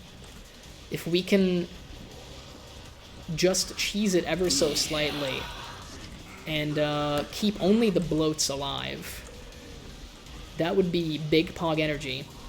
I hate skrakes. Or even a Skrake is fine, actually. He just kind of tapped me there, but that's fine. But there's also... Isn't there an Edar? Yeah, there is. Nice. That was still worth it, even after we got hit there. So we got 2 slow enemies now that we will eventually have to deal with. We can do, like, some exploration and try to figure out how much stuff we still need. Oh, and also, we get to reap the benefits of, you know, being given a free suit of armor. You know, that's actually a reason to take out all the real collectibles on this map, because it makes it a lot easier to notice the other stuff. Although, so far, they've been every color except red. So I don't know how important it's going to be, but I'm going to pretend that it's helpful. And unlike regular collectibles, these ones seem to be, like, placed a little bit more deliberately. So we're missing 3, apparently. Didn't notice that jack-o'-lantern before, but it's kind of cool. Yeah, I don't know, like, I feel like this isn't one of those moments where you gotta, like, look at every single corner to see if maybe they put one there. It seems to be somewhat logical. Like, they're not that cleverly hidden. It's more of a case of, like, oh, hey, look, like, you know, this kind of makes sense. Like, they were minting it in that one, like, blacksmith kind of looking location. Maybe over here somewhere? Seems so deliberate, right? But apparently not. Ooh, that's cool. I always love the shadow figures on all of the maps, dude. That's so cool. I love the spooky little touches to these maps. I guess I should, like, get you just to say that we did. We never went back here, did we? I don't think so. Fucked up looking room. Very nice. I mean, this entire map is pretty great. Like, it's very bloody, but it's pretty cool. It's actually like pretty well done. Why always the chainsaw? I guess we can get you too. We've like been in this location so much already. I feel like if something was here, we would have found it by now. 3 more, huh? I was gonna say, like, it can't possibly be one of those coins. That would be way too deliberate. We've kind of like checked the torture chamber looking places a bunch of times, so maybe let's look elsewhere. Again, like, I feel like looking in these corners, but I doubt that they would just put him here. Maybe I'm not looking up enough, though, because I have been just, like, looking more ground level. I feel like maybe, you know, they could have some stuff in the windows or on, like, some of the upper walls. I could be smart and, like, try to get rid of some pistols for a different gun, but you know, if it were for economy reasons, but I don't think it makes that much sense. That we'll probably have enough money for anything that we need, regardless. Oh, hey, there's one. I was gonna say, like, there has to be more in some locations. So they're all different colors, though. We just got, like, a white one. I see some... No, that's just that lamp. Okay, I was gonna say, like, I see something, but technically it is something. Can we kite the man? You know what? We don't have to kite the man. We can actually just kill him, and then we can leave just that guy alive for the rest of it. This is definitely high-impact gameplay. Oh, this is kind of new. The fall damage is a little bit odd. Again, I'm just getting you for the sake of getting you. It does not actually make sense, but it makes me feel better about myself, and that has to count for something. Cool cobwebs. I assume this just takes us to the other side, right? Maybe not. It kinda does. Yeah, we've been in here before. I recognize some parts of it. Ah, so this was the other way we could have gone. Yeah, I don't see any glowy things in here. I do see that, but that's kind of pointless. But it does make me feel a little bit better that we are finding all of them. If only I was on the Steam version and this would give me an achievement, then I would only need another 422 achievements to perfect this game. It does have a lot of achievements. I mean, they were saying they were going to put achievements in the Epic version of games as well, right? I thought that was like a news article a while ago. I guess nothing came of that, or maybe it's like still an ongoing thing. I'm not really missing achievements, to be honest, but it was something that was brought to my attention. So we just like, well, just. And this Crake is just like, I'll catch you one day. I mean, yeah, like on hard, it's kind of silly that they never speed up. They legitimately never do. Poor guy. I thought I could move things by just like rubbing my face on them, but not really.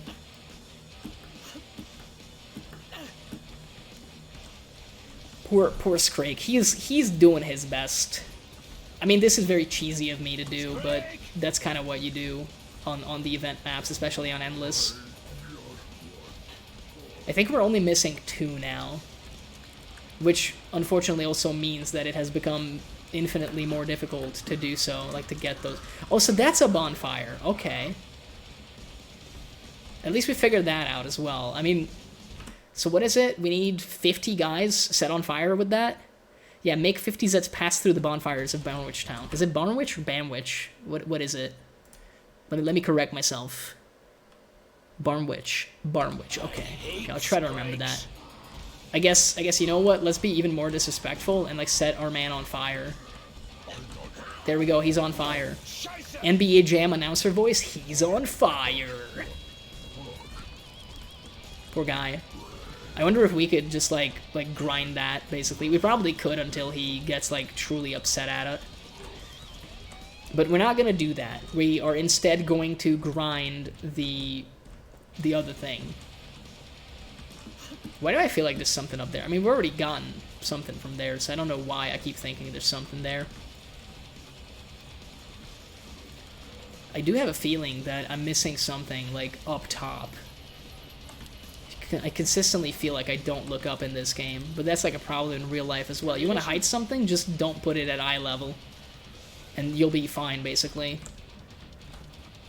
But I feel like one of these medieval-looking windows could hold the key. Perhaps. Yeah, we're missing 2. I see, I'm assuming that's just a skull, right? Is it just a skull? Yeah, it is, okay. It would be kind of rude if that was, like, one of the things that you need. It would be slightly frustrating. Found ammo. Oh, there's a Kroval. I was gonna say, what is on the ground there? High impact gameplay. I would apologize, but I mean, bro, this is what you do. Ideally, we would have left the bloat alive because he's even slower, but I'm trying to think. Not familiar enough with the map though to really make like a judgment call on which parts we have not explored Ammo. quite yet. Again, I keep thinking maybe if I look up, I'll find something. But I don't think it's going to be that easy. The first few are very easy to figure out because you just kind of randomly find them. I don't even know. I mean, what is that room? I think it's been spoiled in here. It's the weapon room. Ah, yes, elemental medallions. So now, incidentally, we know what we're looking for. We're looking for elemental medallions, chat. Ammunition. Very elemental and very medallion as well. Let's try to figure it out. Are these just the same? Yeah, these are the same pictures from before. I mean, they're good. They're good pictures, though. They set the mood. The spoopy mood. So we jumped down before. We've gone that way before, I think. Have we gone this way? Yes, yeah, I think we've been in this, like, charnel house looking place. Found ammo. Definitely running out of options at this point. And this takes us down anyway, which I guess is okay, because we didn't maybe look at everything here. Ammo. Actual factual gargoyles with no way up. I feel like this will... Does this, like, take us up at some point? Because I was gonna say, if that goes up, then we would just meet this crake, which is fine. But I'm just wondering... No, he's still behind us. Not really worried. Oh, I think he did just get teleported, but that's fine. Why always the chainsaw? I mean, we can juke him right here. And then we do, in fact, have to find, like, a way out and up. Because this just seems to be like a looping labyrinth-looking kind of thing. The worst part is, because we have, like, 2 missing, is we'll probably find one and get super excited, and then the last one is going to take us, like, an actual year to locate.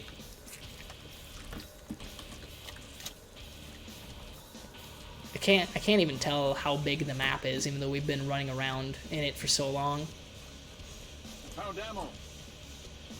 I was so happy for a sec when I saw that little red glare. I was gonna say something like, I knew it, they would hide it up top, but no. No, that was not the case. Ammunition. Bro, we found so many of the small collectibles. No glowy bits there. Would they put it out of bounds, you think? Like, would they do that? Yeah, I think that's a visual glitch. It feels like a visual glitch. Random invisible corpse, like, literally rapture style floating up into the air. Yeah, I feel like maybe that's not intended. But perhaps it is. It is a weird effect, to be sure. I think I'm gonna run to the pod that we actually need to be at for the time being. Kill this crake. It looks strange. Yeah, definitely. I just want to get closer to the pod, and we'll actually kill this crake here after so much foreplay. I think it's time to give him what he wants, which is a couple grenades to the face. And we'll see afterwards if we can figure out some stuff. I'm back here again, but nah, there wasn't anything here. There's a weapon. Yeah, 70 meters is still quite far away. I'd rather be a little closer. Let's try to get a little bit closer at least. And if we run into it, we run into it, but if we don't, that's okay.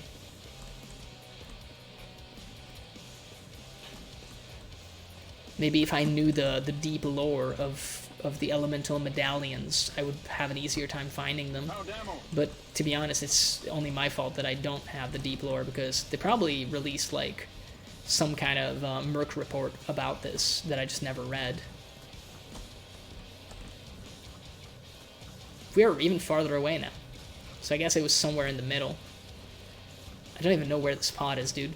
Turns out, because the game gives you the little like indicators as to where you need to go, Weapon here. most people never develop a sense of direction on these maps. And by most people, I mean me. You hate to say it, but it's true. Yeah, it's this one. I feel like there's some pathfinding issues on this map, maybe. I don't think there would be one there. That would be weird. There you go, my man. Get knocked down and get killed. Lots of foreplay with a little bit of payoff. Just the way it needs to be done. Oh, I mean, I guess we can use our time to run around even more. Eventually it's going to cost us our lives, most likely, because there are a ton of bad like spots in this map, but as we saw... Oh, can you like just shoot that? Kind of weird. There's just a bunch of boys having a good time in there. Just bros doing bro things. The goopy sounds. The lovely goopy sound. I feel like there's like something glowing there, but they wouldn't possibly do that, right? Like, I feel like if you need like a scoped weapon to be able to get that, that would be like kind of cheap, right? Although this is Killing Floor 2 that we're talking about. They would actually do that.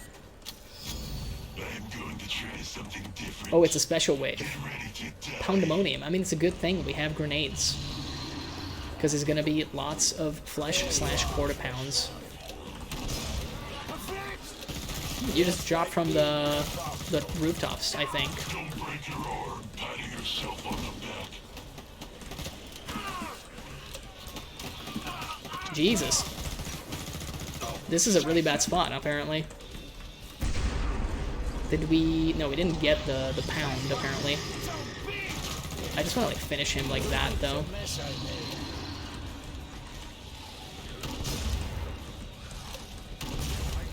We didn't even get the siren with that. What a shame. But I think now, with only 6 of them left, we're kind of safer out here. So that's one down. And she didn't scream, which is very, very convenient. Yeah, it was a little bit hairy. That's a little sucky that they just spawn on the roof and gangbang you. Quite rude, if you ask me. But, I mean, it makes sense. We gotta learn all the locations on this map, so... That's what I mean. If we're gonna, like, actually give it the old college try to figure out where all these things are, then I think we'd be better off, like, actually leaving a straggler and just doing it that way. Still can't afford the grenade rifle. Darn it.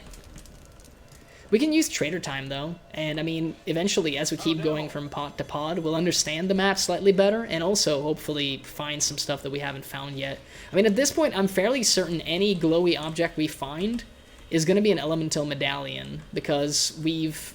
You know what? Let's be ammo efficient.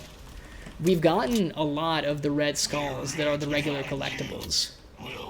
So it stands to reason that most of the things that are still on the map that are, like, destructible would be the things that we're actually looking for. Yeah, I didn't like this part so much, and there's going to be even more dudes, so... Yeah. Let's, try to, like, fight our way out. At least to, like, a slightly more open location. I would much, much prefer that. Free armor in this economy? Exciting stuff. Hey, can you walk into that, please? Yes, they walked into it! Haha, you activated my trap card. And also, my trap card was apparently not being able to kill a gore fiend. That's my other trap card. Yeah, I feel like going this way is like kind of a death sentence because, again, it's just a hallway. But I mean, it's where we're going. Thankfully, there's only one guy there, so I think that might be okay. Let's go run through here. I'm not like keeping an eye out so much for the elemental medallions because there was one in this house in the first place, and I doubt they would put two. So far, like, they've been pretty far away from one another, which, you know, leads me to believe that we're probably like fine, not like looking through there in much more detail. Maybe no. I keep thinking some of the lanterns, but I think we've already gotten a white one that has like a similar light to those, although this is like a little bit off yellow, I think.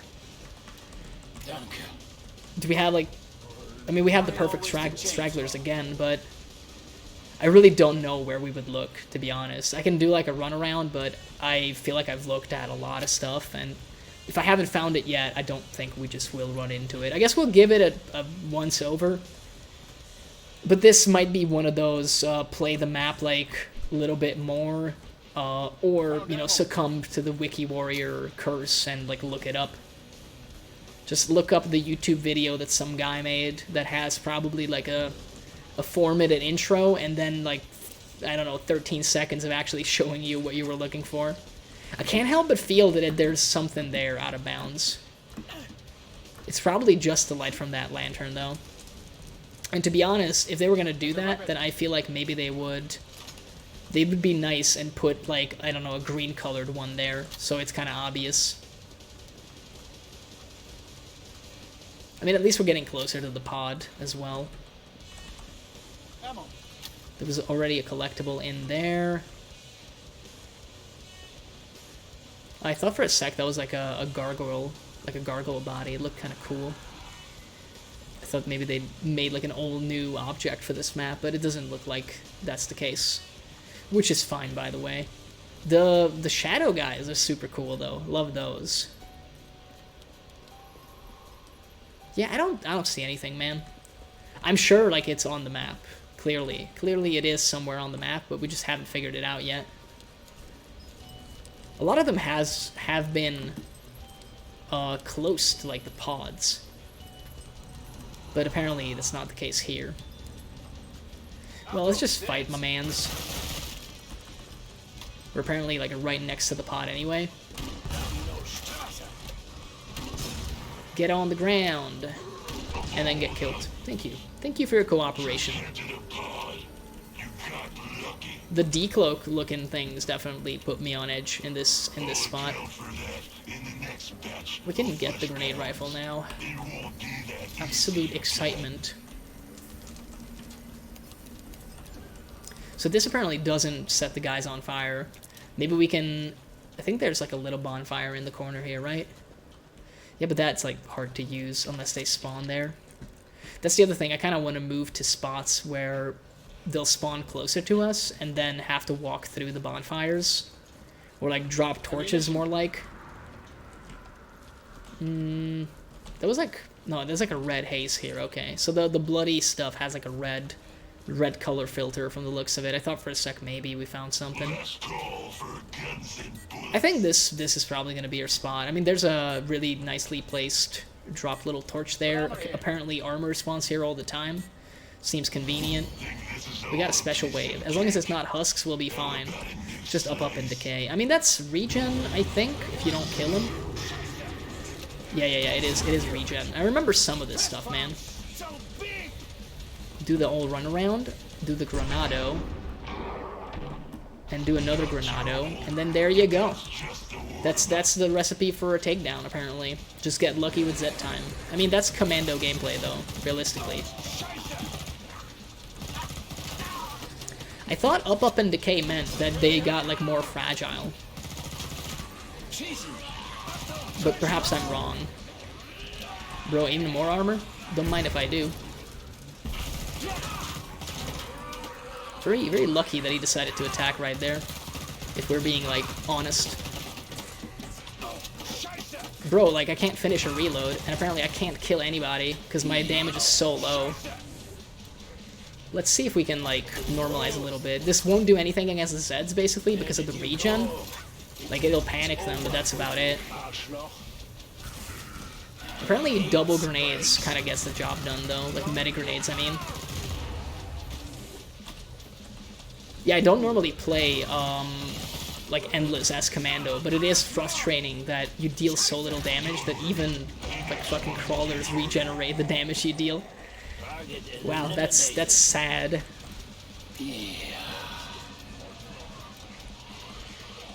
Apparently they're just infighting. Well, you know, we fixed that problem for them, I think. Can we get a third free armor, maybe? You know, maybe? No, I think that would be very greedy and very lucky if we did.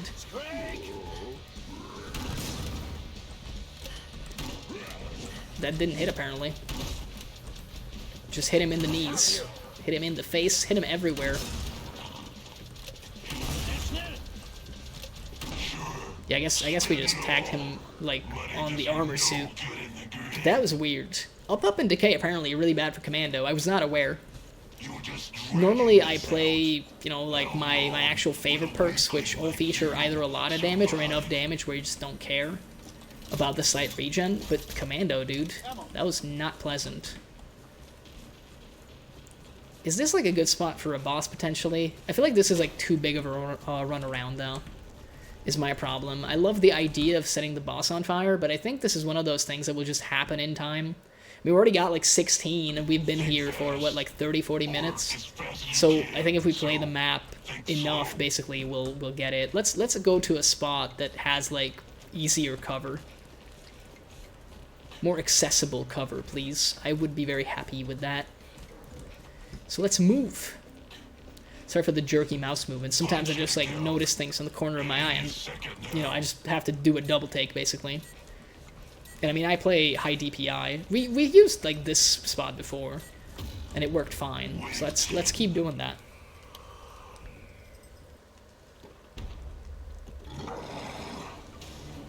Yes, Abomination. I don't know what would be better. I think we're better off using the grenades in like the first phase, maybe to tax some armor, and then we can like move to some medi grenades, because funnily enough I don't think he likes medi gas once his armor is gone. And I mean the AoE is gonna help a little bit with all the spawns. We can also just like kite a little bit more. We just need to remember to not get into like an actual corner. That would be beneficial for us. We already broke like some of his armor, so that's like pretty decent. I think we're going a little too hard on just spamming grenades though. We're gonna run out if we keep it up eventually, so let's get on the move and top our health up a little bit. Apparently, yeah, the medic stuff deals like pretty good damage even to the small stuff. So that makes me happy a little bit. Alright, let's reload this as well. I think he's about to do like a sucky suck up. Yeah, he was gonna do a sucky sucky attack.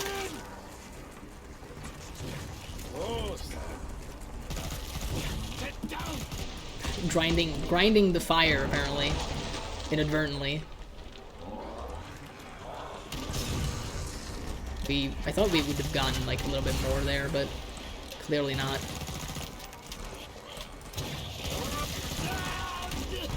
Yeah, they changed the Abomination spawn like health numbers, and it upsets me just a little bit more than it really should.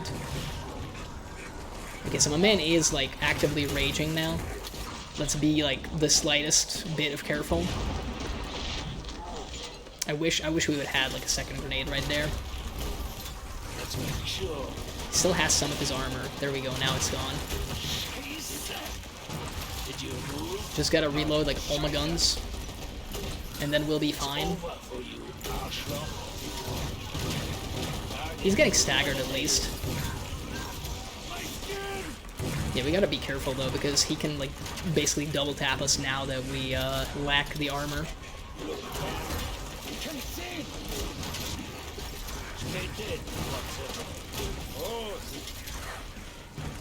Ooh, there is some armor on the ground, though. That's pretty hype. I mean, the armor is so helpful. So helpful.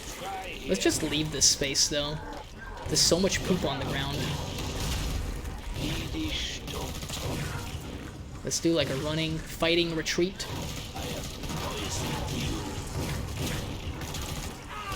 That's fine. That's fine. He's gonna calm down a little bit now that he vomited all over me, I think. He got what he wanted.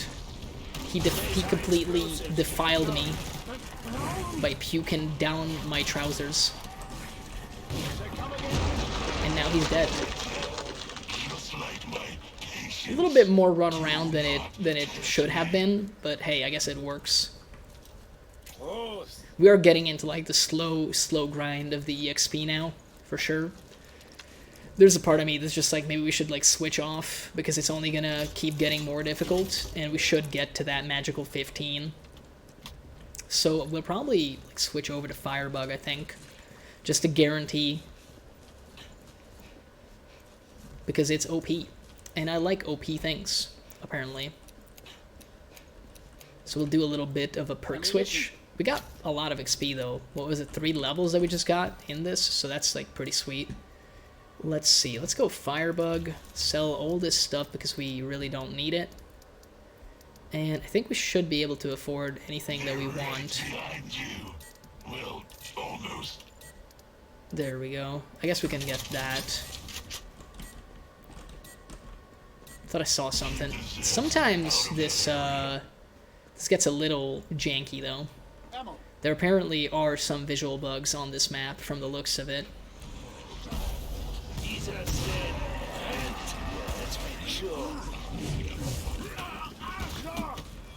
Can you... No, apparently you literally don't want me to pass through. I mean, it's the same as every other map that has been released recently. If you're not in the area when it gets announced, you have, like, a pretty shitty way to go, as it turns out. I mean, we've killed most of the guys by the time we got here.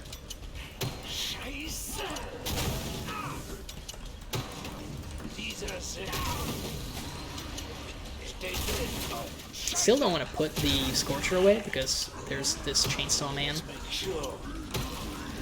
And we can two-shot those if we like play our cards right.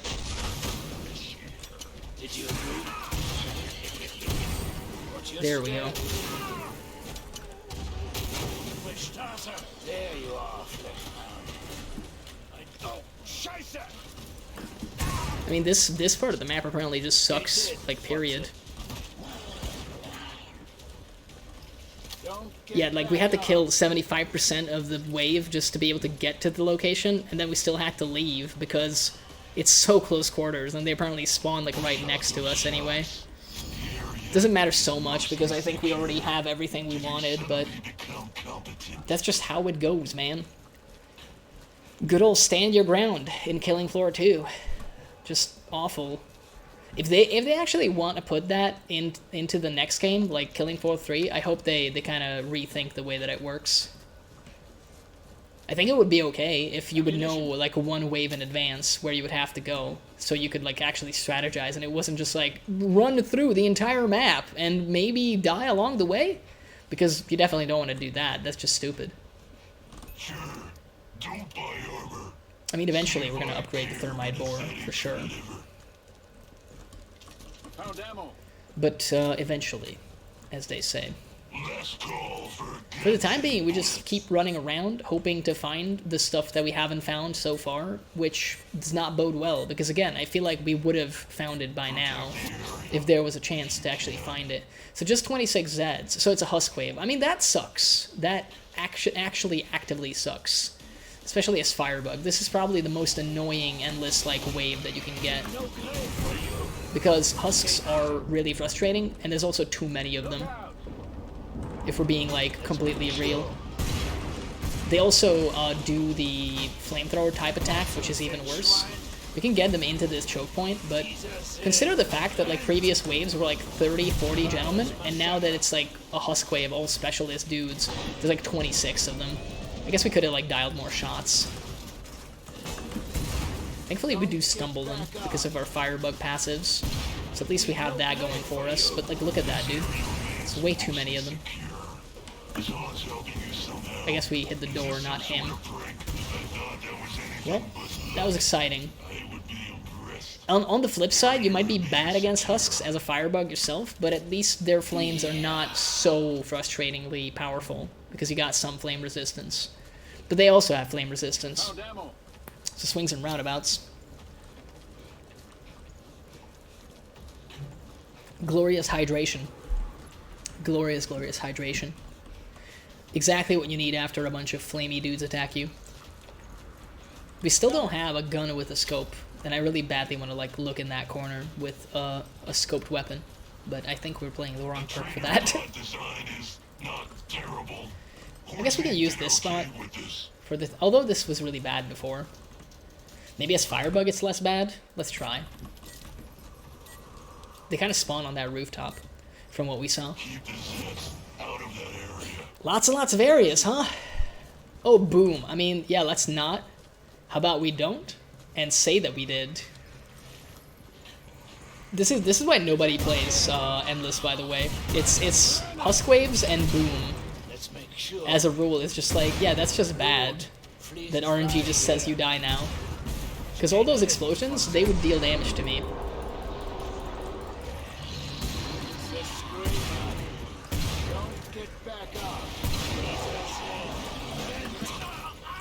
And I mean, stuff like the flesh pounds are just rude. Because they bum rush you.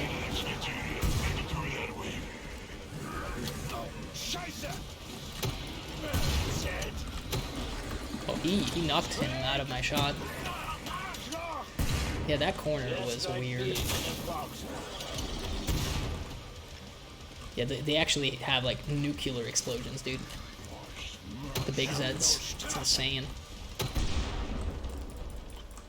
Oh, really? I gotta finish my reload? How extremely rude of you. How very dare you. Yeah, Boom is a run-ender at the best of times.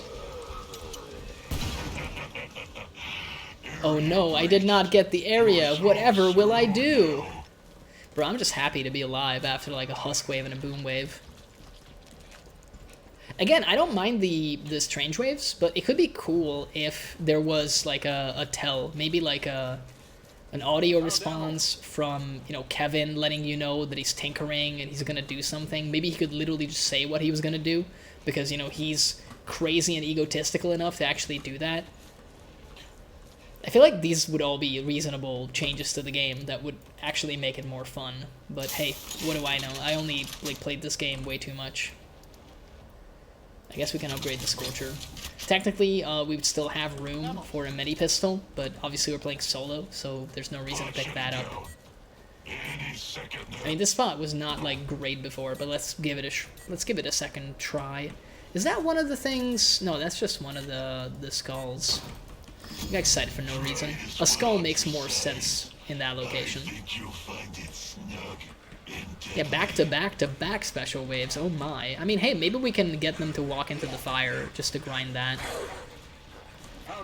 Let's try to do that as much as we can. We gotta kill, like, some of them. Maybe killing the ones, like, behind us was a bad idea, but whatever. We're just gonna try to get as many of them, like, lit on fire with not our own weapons. Because we are reducing our carbon footprint by doing so, obviously. But really, I just want, like, as much progress on the event as possible. Hello, sirs. Please follow me and run into the fire. I felt like maybe they would grab me, so I kind of killed those, but probably could have avoided killing them. Did you move? I mean, there's like 42 of them still coming, so I think we'll be fine. We probably will actually get the objective just with this wave. There's so many of them like being lit on fire.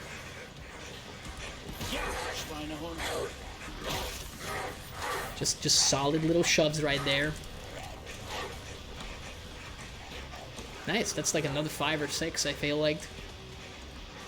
getting it done. Honestly, that's fine that he's dead, as long as he doesn't grab my butt cheeks. Please don't grab my butt cheeks. There we go, Zed's on fire. Ah, yes.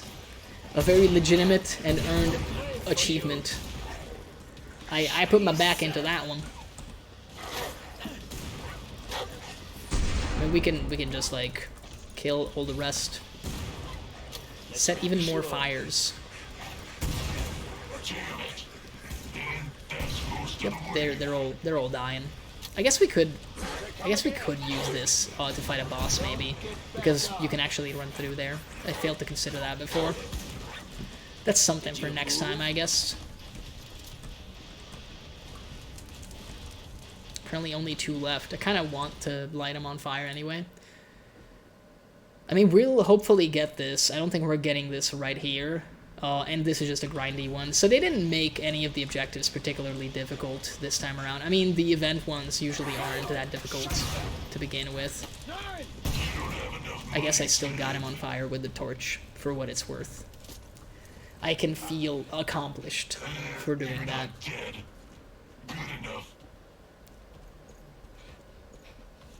Yeah, man, I don't know. I don't know where the last 2 things could be. I'm racking my brain over here, but then I don't know this map well enough at all, so... I guess we'll just go back to that spot and try to fight the boss there, considering now we understand that you can actually kind of run around that central tree. We kind of have to watch out for that one torch, but, I mean, we're firebugs, so the flames aren't that deadly to us anyway. I keep looking up, expecting something to be there, but at the same time, so far, the game has been very consistent with not doing that, you know? It hasn't, like, just randomly put all this stuff in, like, the most asinine locations.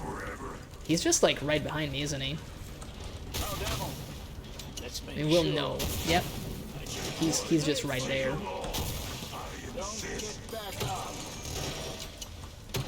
We're doing the old typical, like, firebug takedown of this guy, which is you fight him with your Scorcher, and then you do the Thermite Boar like this. And I mean, he got pretty confused. Normally you need like 2 players to get him to fuck up his own pathing like that, but apparently he wanted to get behind me for a second there, and then he wasn't able to.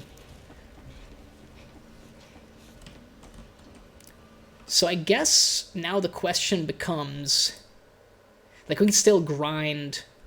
I mean, we shouldn't just quit, right? That would just be silly. Even though, well, it's going to keep, like, getting more difficult. But if we're going to just play the event map, we might as well just, like, stay on this current session, I suppose. And just try to see if we can't actually find the last 2 things that we need to get into the weapon room. So we're going to keep exploring and ignoring every other thing. And if we die, we die. We got 2 of the challenges done, so that's, like, pretty sweet already. And I mean, the boss is killed on this, I think it's any map and any mode, isn't it? Yeah, any map or any mode. That's really easy. That's gonna be something that just happens organically. Let's just, you know, keep our eyes open and try to figure out if we can't, like, get the last couple of things we need.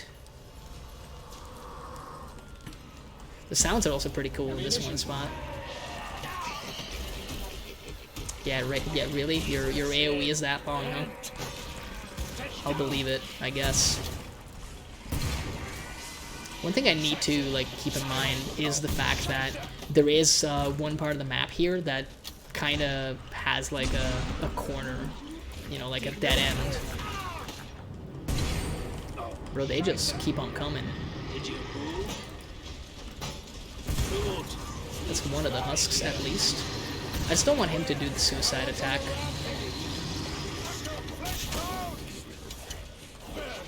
I mean, this isn't the right weapon for the flesh pounds or the quarter pounds, but when the rush distance is, like, so huge, I think it's kind of okay. I guess we can heal just to make sure that we're topped up.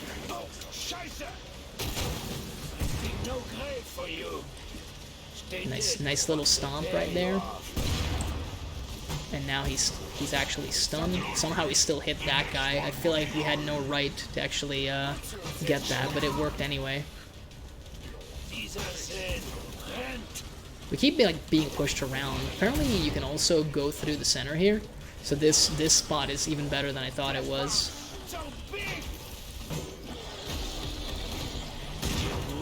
Let's just get him like in the AoE of all of that. I mean, you're gonna have to die eventually, right? Let's make sure. Yeah, I don't think there's anything here. Did you move? And you need the Scorcher. Buy things. That's all you need, dude, to have a good loadout. You just have to have answers to the big Zeds, because the small stuff is annoying, but usually if you can deal with the big ones, you can deal with the small ones as well. It's a pretty simple equation, as luck would have it. Normally, this amount of money would only really be useful for a potential buyback, but we don't have to worry about that, because we're playing solo, so if we die, it's just over. Just keep on trucking, keep on exploring, and trying to figure it all out, dude. I guess we can also discuss potential other things that we can do later on. Apparently, I saw something on Twitter for Cult of the Lamb, like a Blood Eclipse festival. I guess they're doing some kind of Halloween event, from the looks of it. Seems kind of neat. I wonder if it's just like, you know, reskins. I assume it's just reskins, to be completely honest with you. But in the event that somehow it's more than that, it would be pretty cool if they added, like, content. I think they were talking about post-release content quite a bit when the game came out originally. And I mean, I played through it, I kind of no-lifed it, and I had a good time. It's a flawed game, for sure. Definitely has, like, a ton of issues, but it's still, like, really fun, though. Even if a lot of stuff is, like, completely unbalanced. You got options that, like, have, you know, alternate options, but the alternate options is so much weaker that you'd be silly if you didn't take the quote-unquote right thing. I kind of just want to do this in case something comes from this direction. But apparently we're just being, like, pushed in here. I mean, we're still getting our money's worth with that fire, but hey. Not the plan, I suppose. But yeah, I have been thinking, like, maybe I should do a second playthrough, actually on stream, of Cult of the Lamb. Because it's kind of a fun game, and you can definitely play it. I mean, the first playthrough, I was able to play it in, like, bursts of, I don't want to lie, like, 3 to 6 hours, dude. I'm pretty sure I played, like, 20-some-odd hours of that game in the span of, like, 3 days, which is pretty bad, but hey, I got hooked on it. It's quite fun. To alleviate your suffering. I do think the actual, like, colony sim part of it is the stronger aspect compared to the roguelite. If you look at the roguelite and the colony sim, it's the colony sim that seems to work a little bit better. At least it did back when, you know, I, like, played through it. If they fix the visual bugs on this map, which, you know, it's an if, not a when, sadly, then I think this map could be like an all-star. It's definitely cool. Is it Husks? It's Tiny Terror. I mean, it's not bad for us, because we don't care about accuracy, because all we do is AoEs if we want. So it basically doesn't matter. I don't want to, like, run through yet, because we can get so much more value out of the ammo boxes. Let's make sure. I mean, I would love to use the infinite ammo in that time to great effect, and I guess we kind of did. I never checked if they fixed that one bug I ran into like 2 years ago at this point.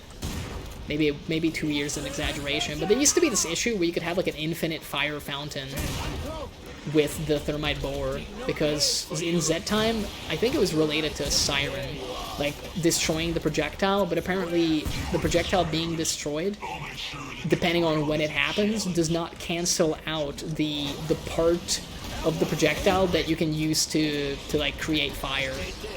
So you could just like spam alternate fire basically to make fire pop up out of like a location in the map. Is there like a shadow figure walking past there? Did I see that right? Yeah, I think there was. I'm just looking at the preview window there, and that's like cool. I love like the ghostly apparition stuff in this game. It's the coolest part of it for sure. Not that it will matter. You'll still die. That's why Ashwood Asylum is my favorite map personally. It's just so spoopy. I mean, this map is cool though. Like, you know, all the corpses and all the other stuff. It's done very, very well. It has a vibe, for sure. And I quite enjoy it. It's definitely a Halloween-y type of energy that it radiates. I don't think we'll be needing any ammo from the looks of it. So many boxes. Yep, just need the armor. I guess we can start in this location again. I don't think we've used a single Molotov since we switched to Firebug, which kind of makes sense though, because we got so much AoE to begin with. Beefcake. So they're gonna get bigger as they deal damage to us. Could be annoying with some of them, especially obviously the big Zeds. But it also makes it easier to hit them, so. And sometimes it's really crazy with the Stalkers, because again, attack speed is perhaps an underrated part of this game for the Zeds. And I mean, Sirens can go crazy with it too, because they have like almost tick style damage, where, you know, they do their attack and then it very quickly like ramps up. Basically, you take damage from it in a short span of time. Like, look at that, she's growing pretty tall right there. Can't believe that you didn't get interrupted by that. I feel like that's rude, and I want my money back. I mean, the one downside we are encountering as Firebug now is definitely the idea that, hey, maybe we can, yeah, he kind of missed. That's like pretty solid. We are definitely triggering all the big Zeds now, which is kind of the only thing that can go wrong is this perk. You know, your damage is all over the place. You don't really get to precisely apply it in the same way that other perks often do. Take some heavy damage over time, please. You can just get headshot. That's nice and easy. We can like trigger that guy. I feel like, yeah, we kind of hit him in the dick. Poor guy. Poor guy. Imagine getting shot in the penis with a flare. That seems extremely painful. I feel like, I mean, playing Firebug in this game is already basically committing war crimes, but apparently you can do even worse. So that's something. You learn something new every day. We're going to have the Wave 20 boss, so at least that's highly Pog energy. And it's probably going to get us another notch on that one challenge. I believe because it's only 15, we're going to be 33% of the way there. Do we want to, like, hang out here? I don't feel like running all the way to the other side of the map, so I think we're going to be hanging out here. And we can also skip the trader. I should probably get that, like, bound to a button, like a true pro gamer, but that would require me to go into the options menu and do all of that stuff, and, like, seems like a lot of work, my man. Maybe I don't want to do that. There's a chance I just don't want to do that, as luck would have it. I keep thinking there's a cloaked Zed right there, but I mean, technically there is, but it's just like a visual thing. I think it's intentional. I think it's supposed to be like symbolically the soul's going up to heaven. It's a nice touch if it's intentional. I'll just like harpoon the crap out of him. Yep. He's go. Yep, we did the bug, ladies and gentlemen. We did the bug. He went out of bounds and died. Nice. Good thing that still exists. That's solid intel. That was, what was it, 5 shots to kill my man? Wave 20? That was tough, boys. It was really challenging. That's a bug that's been in the game for like 3 years at this point, I'm pretty sure. So, I think that should just about tell you everything you need to know about Killing Floor 2. State of the game, just clip that, send it to the devs, and, you know, they'll understand. The implications are there. We legit don't even need anything. We never got hit. Why did I come to the pod? I never asked for this. There was a thing in there, an elemental medallion. There was not one here, as far as I remember. Any second now. Yeah, we'll just stick it out here and like fight it out. I do think there was one here on the tree, right? There was like that one little, yeah, it was in there now, I remember. Probably the right thing to do for the elemental medallions would be like starting up a new session and going around. Maybe that's what I'll do. I feel like that could be like kind of smart. If we still get to go back to the spot with the weapon room door, what I'll do is I'll take like a screenshot of the ones that we have right now, because we're missing 2, right? So I think the smart play would be to take like a screenshot of the ones that we've collected so far, because they're all different colors. So that makes it a little bit easier to know which ones we will still need to get. And I mean, I don't have it all memorized, like which one is where, but we can kind of like figure it out as we like go along. Well, let's use a Molotov for old time's sake. And also, we just have an ammo box anyway. Apparently, they're everywhere. They're just like holding each other up at this point. Poor guys. We're not even like using the right weapons on the right dudes, and we're still getting through just fine. But hey, that's just Firebug, and I mean, this is just a hard difficulty game, not suicidal. Even if it is wave 21, until about like 30, you're basically fine, especially solo, dude. Game easy, apparently. With OP perks, obviously. Let's not forget to add that comment. But yeah, if we get a chance to go back to that door, I want to take like a screenshot just to know which things we actually collected so far. That's just a shoulder shot. I thought for a second maybe we got him in the head. Spin your dosh and shut up. I feel like that would be the smart play, because at that point, I can maybe a second time run around and find the other colors, and maybe memorize those ones. And then, I mean, the other 4 we were able to locate just from exploring, so I have a feeling that eventually that would allow us to get all of them. Yeah, that's just like a weird lighting thing there. I doubt they would put the medallion on like a random fucking... Let's get this. Okay, so I'm gonna do quick print screen on that. And before, again, we didn't need that. If you'll excuse me for but a moment, let me like hit you with the pause real quick. I don't wanna lose this extremely valuable screenshot. There we go. Okay, that's the important bit. So we got white, pink, blue, and green. For what it's worth. That's also, if I want to wiki warrior it, I guess that's useful information, because I could just... I do want to check one thing, to be honest. Like, I got something on my mind. There's that one spot that I keep going back to, where I feel like there's something off in the distance. And I'm thinking, but I don't think the fire would get it, but maybe it would. And if that's the case, then I kind of just want to lob this, like, flare that way. Ammunition. I mean, we'll fight over here, and then, like, do that. Or maybe we can just do it, like, right now. Does it go all the way there? It kind of does. Not really, but we can say that we tried. I guess we got, like, a crit shot on that quarter pound. So he kind of went down like a chunk.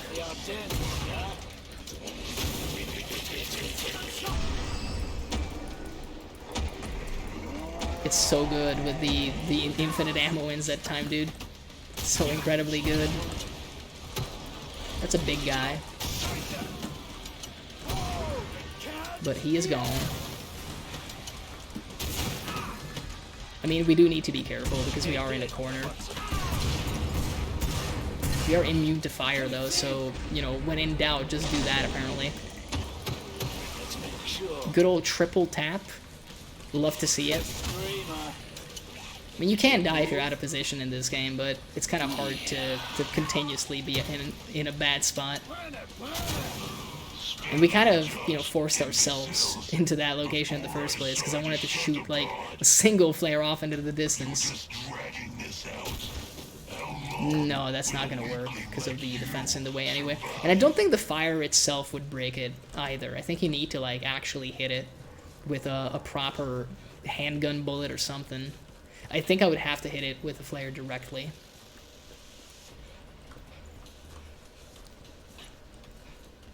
Well, hey, we got the screenshot that I wanted. So anything else now is an extra. At least we need to buy some armor now. There's a reason for us to come back here. We could afford so many buybacks, dude. So many buybacks, but it doesn't matter. Keep on trucking, keep on exploring. I have like a decent understanding. I remember at least two of them. Two of the medallions where they were. So I feel kind of okay about, you know, stomping about. I mean, Boom on wave 23 is pretty bad. Let's not kid ourselves. Yeah, that's what I mean, dude. I'm just killing them, and I already lost like 70 of my armor. They didn't really hit me. Like the problem wasn't that they hit me. The problem was that I killed them. And this is why Boom is absolute bullshit. Because like if they bum rush you, and half of the Zeds do in fact bum rush you, just like that, then you die. I mean, we are going to die basically. Yep. I don't even think I actually wanted to kill that guy. Well, boys, it was a good run. Let's go out swinging. There we go. I think the Scrake had to hit me there. I didn't just die because I killed something. But that's not bad. I mean, 2 booms and 1 endless is still pretty bad, but hey, there's a reason why people don't play endless. And I don't know if, other than looking for the medallions, will play more endless, to be completely real. Like, I feel like it's ideal for this, but not for much else. I mean, for the Halloween treat tickets, it's completely detrimental to play endless, because it's, what, every 30 minutes you get a chance to get these? But it's like a one-time roll.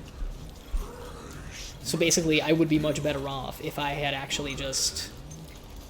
We got 4,000 XP with Field Medic, just because we used, like, 1 gun. Solid. Pretty good. Oh, let's go back to the main menu. Let's just see. I mean, we're probably going to play, like, this map, but we might do, I don't know, Suicidal on it, just to see what that's like. Still got my screenshot over here. And I mean, hey, that might allow us to see if we can't find... So let's go to Survival. What's the weekly? Because I think there's a thing for the weekly. What is the weekly, anyway? The weekly is primary target.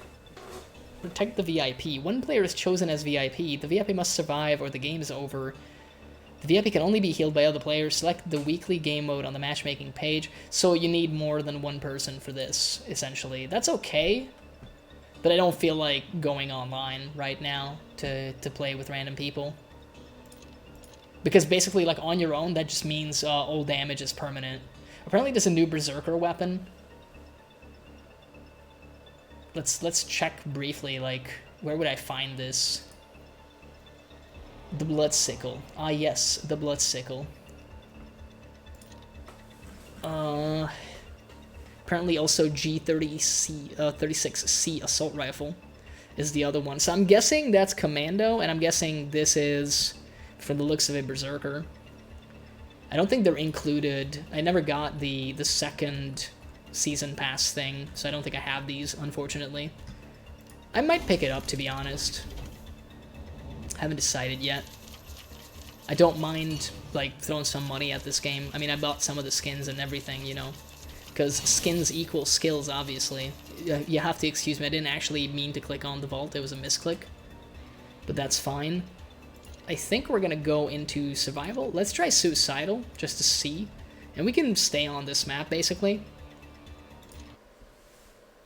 We can just play whatever. We've played demo already. We played quite a bit of Firebug, so we might play... I mean, on Suicidal, though, we can also very easily die, but it's whatever. Kind of don't feel like just randomizing, though, is the thing. Maybe Support? Although, let's just go and do it anyway. We can probably kill ourselves really easily with Support, because this is a very close quarters focused style map. Is that the same gun that we have? That's the most unfortunate thing of all time. Lock and load. So I'm guessing that's just a bunch of guns in there. They do call it the weapon room, apparently. Oh yeah, we also got the worst, like, spawn location, by the way. The one spot where, like, there's an actual corner, a dead end, if you will. We got a pointless weapon spawn too. That's just sad. So we can't really afford to miss too many shots, is the downside of Wave 1 Support. The curse of being the ammo mule for the rest of the team is that, as it turns out, you don't have ammo for yourself. I don't know how that works, that apparently I can give ammo and armor to non-existent teammates. Well, in this case, non-existent teammates, but I can't just give myself those resources. Apparently they're like tied to names. I mean, we'll just die because of the bat spawn here. That's not okay, but it's fine, I think. Yeah, support wave 1 is like hell on earth, even if you're not playing hell on earth, though. Single bloat takes, I think with like a level 25, we probably could have capped him with just one headshot, but it's what it is. I mean, I'm just obviously going to send it back to this map because we didn't even get to see anything. But yeah, that was really bad. I would have appreciated any other gun, because for financial reasons, at least we can pick it up. Obviously, we didn't live, but hey, it's something. But also, bad spawns. Yeah, same shitty spawn, and not even a gun. This is gonna be fun, apparently. Get ready, tout le monde. Apparently, this is the part where the game, after 70 minutes of grinding, you know, the new map, is now just, like, attempting to shit down our throat, basically. I do think that the one downside of this map is obviously the fact that if you have to move from a location, you are basically forced through a corridor. So, like, you're dead if you fuck up any fighting in a corridor. And we have the same problem where they have, like, responsive spawns in here. So we have to, like, fight our way around things rather than kite from one location to the next. So basically the same problem as almost every single map. We're just continuously getting cornered because support and basic shoddy. But at least we are kind of bouncing back for the most part. And we're not doing awful in terms of ammo management for once. Nearly cleared this batch out. I would have liked to have, you know, collateraled the other basic cyst there. Well, that's pretty bad though that we missed. Thankfully there's not that many of them left. I mean, they can't possibly spawn from the back there, so I feel a little bit more secure, like, walking in this direction now. Yeah, one headshot would have done it, but I didn't see the man coming, so... We did better this time around, but I mean, dying in less than a minute is a pretty low bar to clear. But hey, that's the thing with support. It sounds like a really fun concept, but at the best of times, it's not, for me at least. Still prestiged it though, because it does have some builds that are pretty cool. I just don't want to be in this spot, and the game keeps fucking sending me back here. So that absolutely sucks. We can get the M4, I guess. And thankfully we do have some stolen armor, which is something. I just am going to leave. I do not wish to be in this location any further. I'm not just going to shoot everything that we see, because... I mean, the collectibles are completely pointless to get, and I kind of want to see if maybe my novel idea of not just destroying everything is going to help. Yeah, because we know where this, like, we knew where this one was. I also know where two other ones are, because there's one in this tree, right? Yeah, the blue one is in this tree. There's one in the smithy. I also just set myself on fire, but it barely does damage. I completely forget what I even have. Do I have Penetrator? Yeah, I have Penetrator. That's an actual skill, by the way. That's not a D's Nuts joke or anything. It's called Penetrator. I know they probably meant it as a funny sex thing. Just, look, it's video games. We're all immature.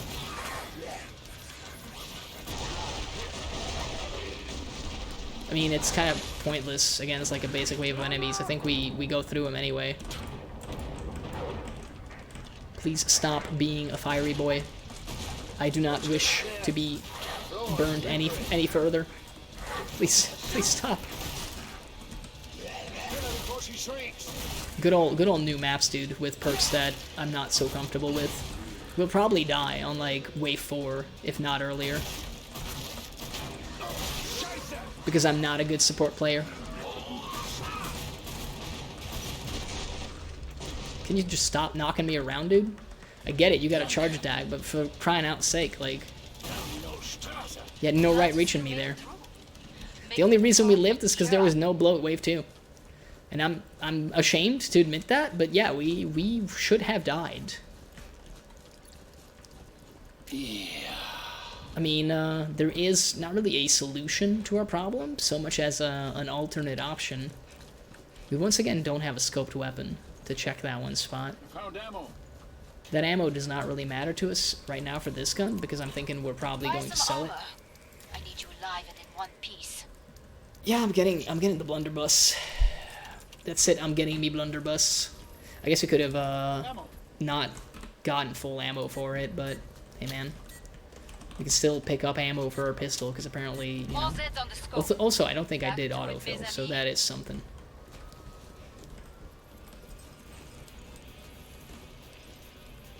Look out! Apparently there's a collectible there. Good old blunderbuss, dude. The delay on the fire is a little annoying when you switch modes. Also, I mean, we're gonna kill ourselves with the blunderbuss, and yeah, that guy's gonna down us as well. I mean, that was a comedy of errors as well. The spawns are really aggressive in this whole map. I didn't even see any of the medallions, so we didn't live that long in the first place, but at the same time, they are apparently better hidden than I thought they were. We're gonna keep running it back, but we're not gonna do support any further, because none of the builds that I like with support work on this map particularly well. I mean, Wave 1 is just really frustrating to do, and after that, they just keep bum rushing you, and then you kill yourself with the self-damage, so it is what it is. At the end of the day, I also have to be real and just admit that, yeah, Suicidal on a new map is probably going to mean that we just play the perks that we're comfortable with. And you're going to have to be comfortable with that too. Turns out, I can't leverage my hundreds of hours of experience in this game, and apparently you're just guaranteed to spawn in this shitty-ass location. For what it's worth, so wonderful. Big hog energy, and by that I mean, goddamn, I hate it when they do that on these maps. So stop rallying the Zeds. It's not fair, and you should not be able to do it. At least we bunched them up a little. Yeah, once again, we just basically are forced in this location. To be honest with you, I much preferred this map when we were just playing it on Endless Hard, because it was infinitely easier. Because it, with the forced spawns, it just kind of doesn't sit right with me. I can't help but think that maybe there's a reason for it all, you know? Maybe there's a reason it funnels you like this. And maybe the reason is that you can find the collectibles, well, not the collectibles, but the elemental medallions easier like this. But I kind of doubt it, if I'm absolutely honest. We're gonna have, like, flankers? Any flankers in the chat? Finally, we get some Zed time.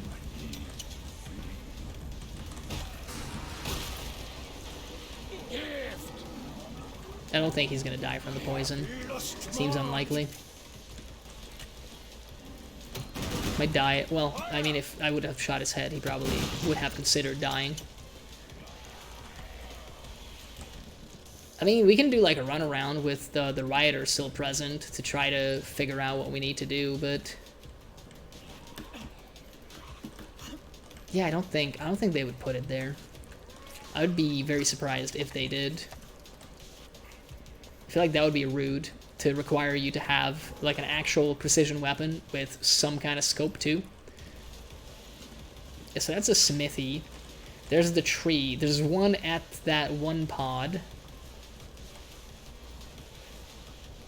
Probably none over here, which is odd to say, I guess, but we haven't seen one this way. Yeah, there's one in the tree. There's the white one, was it, that's in here? Yeah, so the white one is there. Ammunition. We got the tree, we got the smithy.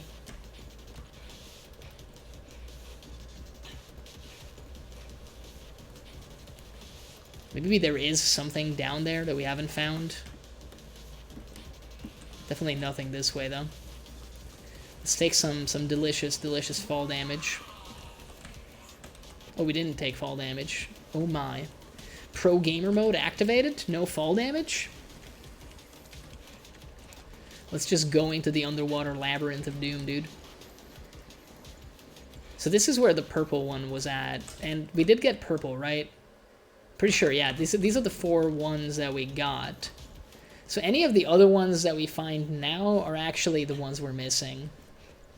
So at least the screenshot has been useful for this, basically, because otherwise I would have been like, did we get the purple?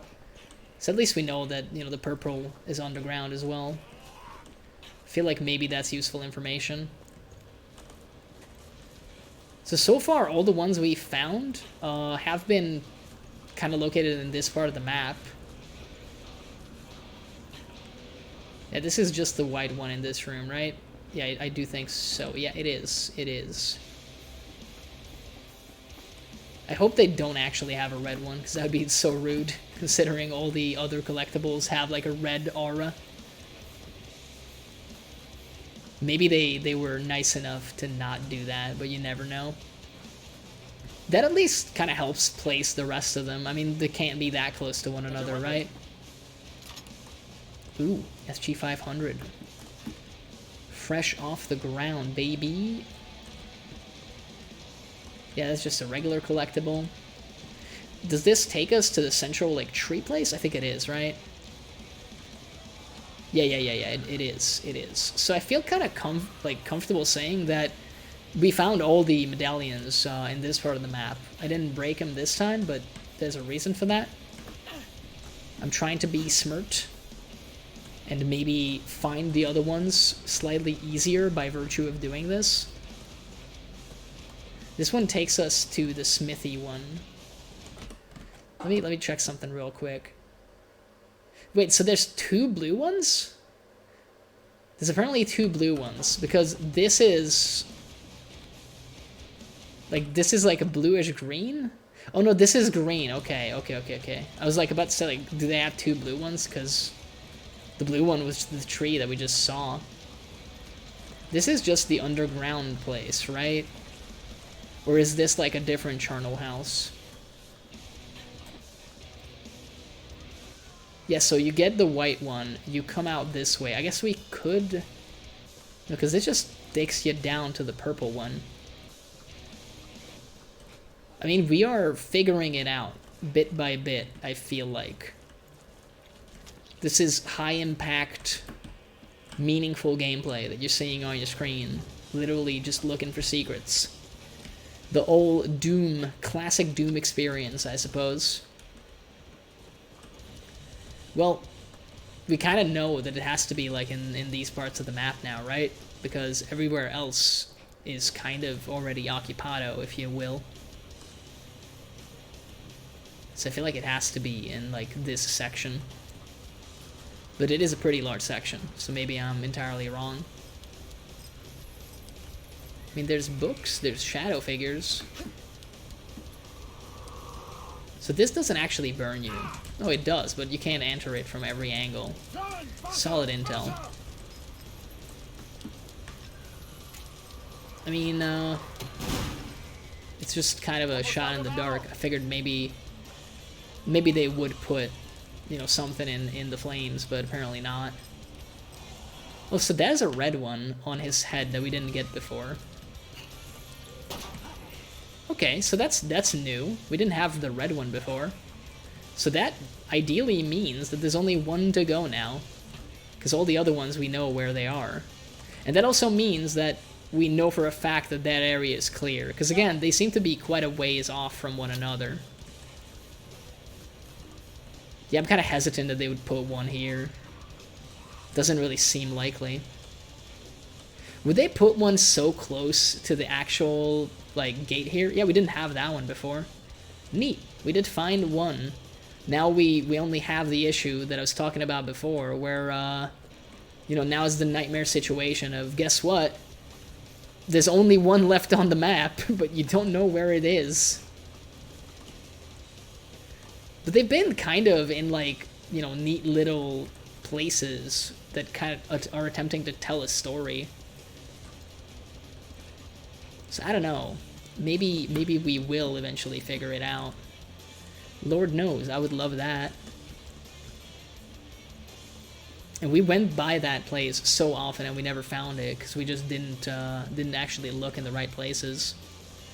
Yeah, I'm kind of confident that this is the only one here, though. Again, I'm just going off of video game logic, but I mean, these ones are the closest to one another, the blue and the green. can't help but think that maybe there is something in this charnel house, but this one is just the purple, right? Like, if we go completely down, we just find old perp in, like, the boiler room. I guess we could just start breaking them now, considering we are only missing one. So maybe I should actually start breaking them. Yeah, this is the purple one. I remembered something. I doubt they would put a second one in here, but you never know. Would be kind of cool if it was somehow only visible from here after you drop in, but it would also be kind of annoying, so I'm happy that they didn't do that. Let's try to figure it out, dude. We are literally only missing one, so we might as well try to actually get it.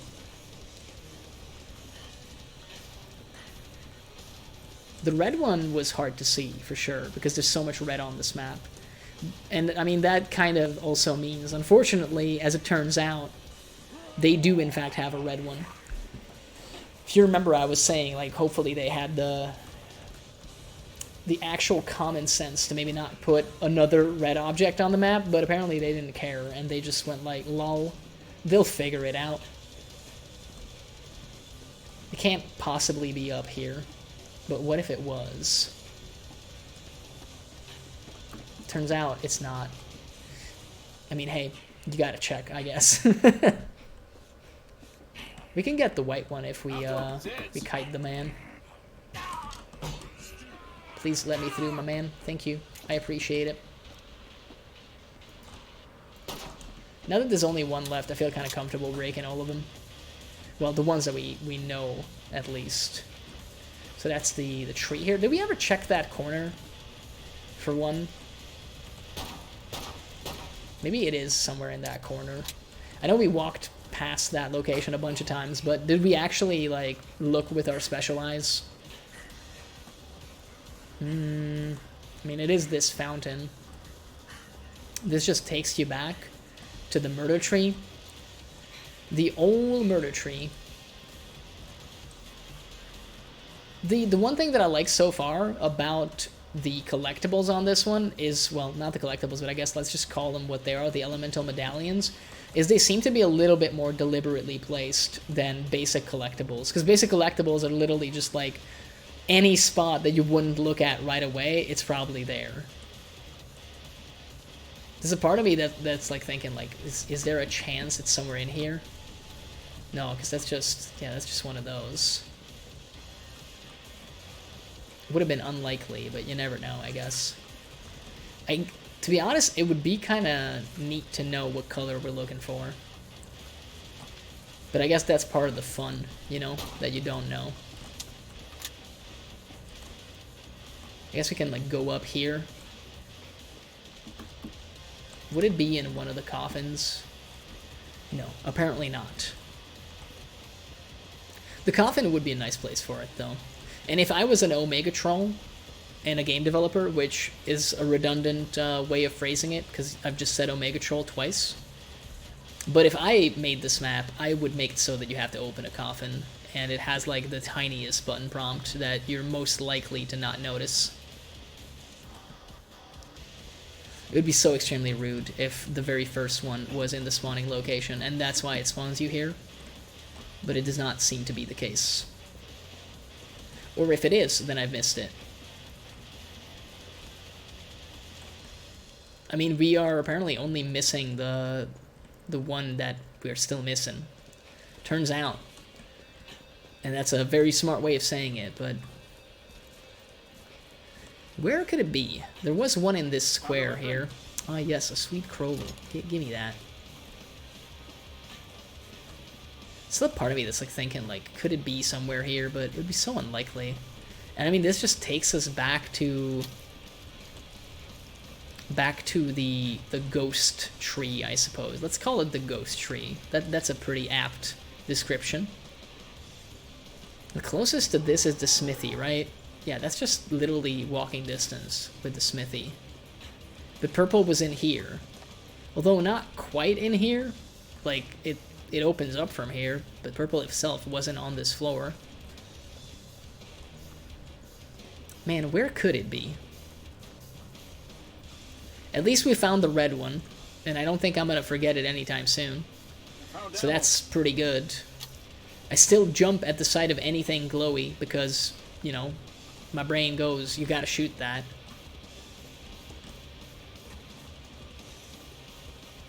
Yeah, no, this is definitely just white. This was blue.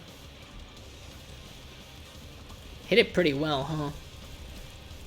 I mean, I don't think they hit it particularly well. I'm probably just, like, walking past it a bunch of times. Hopefully there's not someone in chat literally, like, facepalming so hard that their nose is bleeding now. But hey, if you are, I'm sorry. But you can always backseat. I keep thinking maybe there's something down there, because, I don't know, I think we don't go past this area that often. But there's also not that many, like, you know, deliberately placed things here. You got some hung up bodies, some upside down bodies, but then you're already in, like, this location, so it doesn't really stand to reason for it to be here. There's a weapon. There's a part of me that's like, hey man, maybe it's in the fountain somehow, but I'm sure we would have seen it by now. At this point, we're just doing the point-and-click adventure game thing of, like, rubbing your face on everything just to make sure that you're finding the pixels that you need. The visual, like, glitches upset me a little, because if I miss something because of them, that's gonna be so annoying.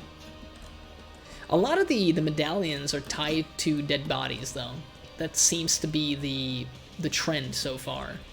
So there's already a part of me that's just mostly looking for the dead bodies, to be honest with you.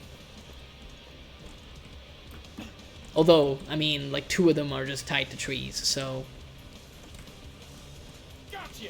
A man got impaled by a giant fork. Oh, it's... I thought for a sec those were that, like, the ones that we were missing, but no. I got bamboozled by myself. Yeah, it's just... some weird lighting, okay. I got excited for no reason, dude. I mean, I don't even think it's gonna be that cool when we get in there, to be honest. It's really just a challenge. I guess from a financial perspective, it would be worth doing, but... So, we found something over here, because there's that one guy's, like, head that has the thing. Yeah, that dude. That dude is the one. So I guess we haven't found something in like, these parts. That is just a regular collectible skull. I mean, this seems like, you know, I would put it there. Put it on his heart or something. Maybe make it orange colored. Call it a day. But hey, it's not that easy apparently. I got a feeling that it's not in this, like, part of town. Seems a little too close to that one, like, bound man. And so far, none of them have been out of bounds, so my theory of it being somewhere off, like, outside of the map, requiring a scoped weapon, is probably incorrect, which I'm very happy if that is the case. I thought I saw something there, but... Again, it could be just a visual glitch, could be just, like, a lighting thing, but... I am uncertain. Back to the smithy. And all these other locations. I mean, hey, I don't think we're fighting it, like, right now. So I think let's just kill this man and actually continue playing the game.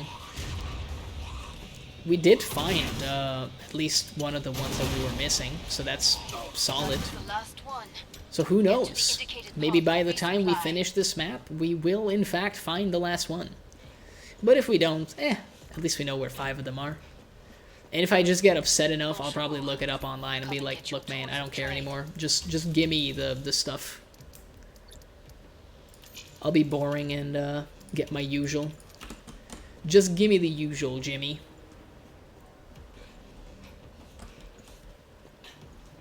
Yeah, I'm racking my brain, by the way. That's why I'm a little bit more quiet. But to be honest, I don't know the map well enough. I mean, we walked past the red one like 58 times. So I don't think I can logic my way out of this one. I don't think I can just be like, ah, yes, you see, it's obvious, because there is a dead body missing in this one location. Hurry up. It's maybe that simple, but maybe I'm not big-brained enough for it. Like, I would put it here, too. It looks kind of cool, and it's so far been in cool spots, but hey. Go kill some Zeds. Or maybe somewhere in here. Again, just make it orange and put it into one of those. Let's not just be in, like, a completely enclosed space, because I don't want to instantly die. I guess we're fighting our way through the corridor of doom.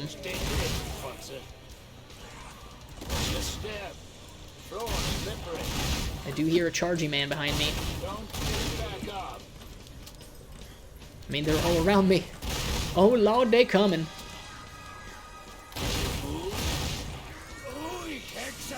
That was gonna happen. We did get got, sadly, but there are easy solutions to that problem, if it is even a problem, such as murder. Murder the person that got you, and then therefore they will no longer have you. Pretty easy, actually.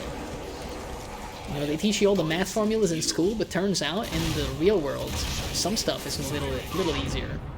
I mean, that was a very fast animation on the suicide attack. And I'm happy I didn't die. I guess I'm lucky that I wasn't closer to my man. Can you imagine if we had accidentally gotten the red one, and I had no idea that that was the one? Good lord, I would be going crazy.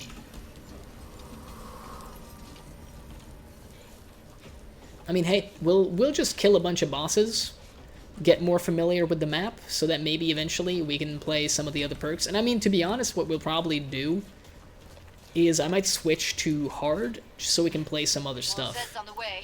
Because I definitely don't feel comfortable playing like anything other than my favorite perks on Suicidal on this map. It's a little bit difficult for me.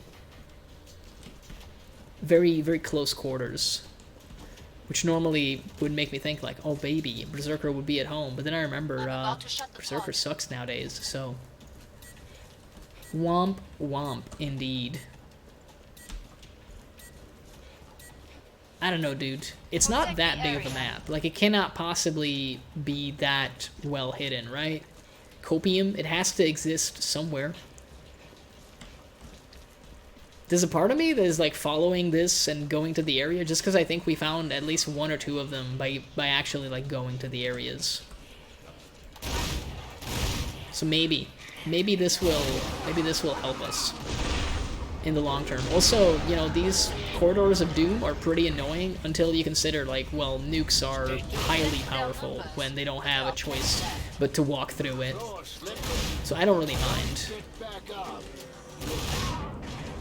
The fact that you hit me is completely rude and churlish, and you should feel bad. I did want to actually kill the elite crawler there, because I wanted the poison cloud. Even though it barely does any damage, it makes me feel better that it's there. I just want to kill, like, the big guy, man. Yeah, I mean, there was not going to be a way we dodge that. Kind of want to see if maybe we can just grind this for the money.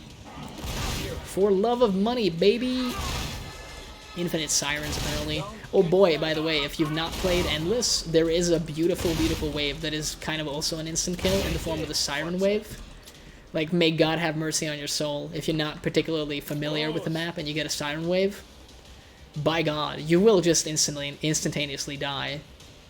Like 6 or 7 sirens just drop down on you, all start screaming, you're gone in a split second. All your health will just disappear. It's like one of those clickbait articles, you know. Like this, it's just a picture of the Patriarch. Like, this motherfucker has figured out a way to take away all your health without affecting your armor, and basically, you're gonna get fucking killed. Click here to find out how. This is probably just a blow, right? It is. What a build-up to an easy kill. Nice work. I mean, we did it for money, but we don't actually need money now that I'm thinking about it. But hey, Good instinct. it would be so cool if I just, like, looked behind me and an elemental medallion was just there saying hello, please shoot me. But I don't think this is gonna go quite like that. I will say that the number of collectibles pisses me off on this map. I just shot that because it's like, if it's there somehow, some way, I want to feel like it was there.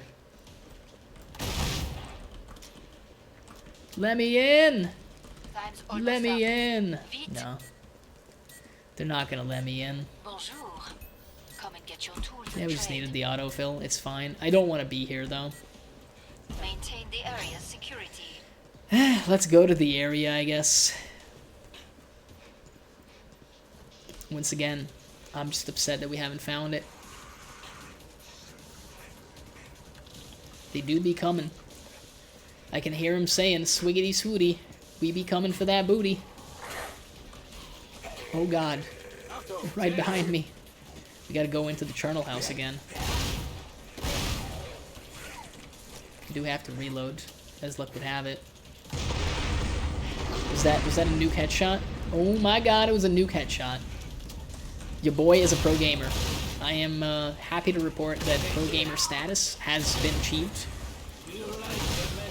And therefore I will be retiring at the conclusion of this stream because, you know, quit while you're ahead is what the pros say. I mean, I don't think that's what the pros say, but we can pretend. You and I can pretend. I mean, hey, now I'm a pro, and if I say that, then at least one pro is saying that. Don't vomit on me. Instead, get killed by a bunch of explosive shrapnel.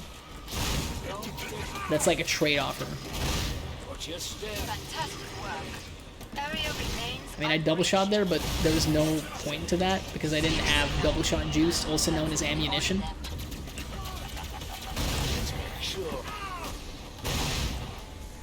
Oh, these are just quarter pounds, though. I don't know why. Don't get back up. My man just, like, leapt over in his death.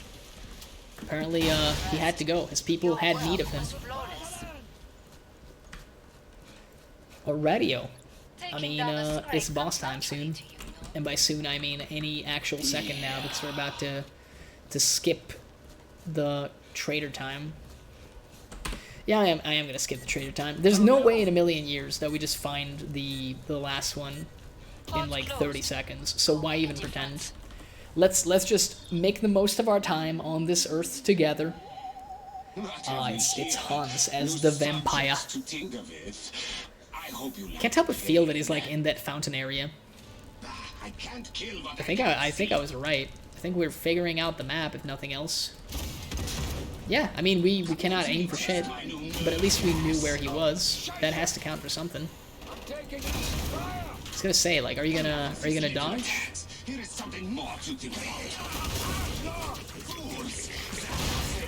We already like pushed him into the other shield phase. Apparently the knockback didn't work there, which I'm a little upset by.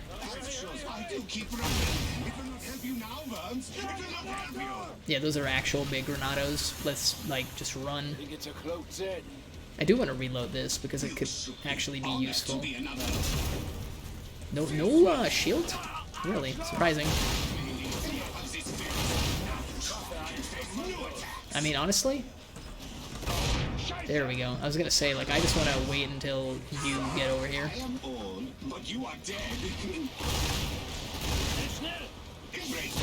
There we go, buddy. I'm not actually sure what dealt so much health damage to me there, but I don't really care that much. I'm sure we can find it now. Let's just run for it. Oh god, I'm making it. Ugh. No, we didn't make it. It would be cool if we did, but we didn't make it. I mean, hey, let's just run it back.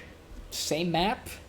A little bit boring. Not so much about the variety this time, but hey, maybe we can, you know, get some more challenges done. I mean, even if we do, we'll have to be social, and that just scares me. Do you want to try Berserker? I feel like it's gonna go so poorly, but let's try it anyway. I got a bad feeling about this. For sure. Because again, early game is gonna suck First so batch of bad. Zeds heading your way.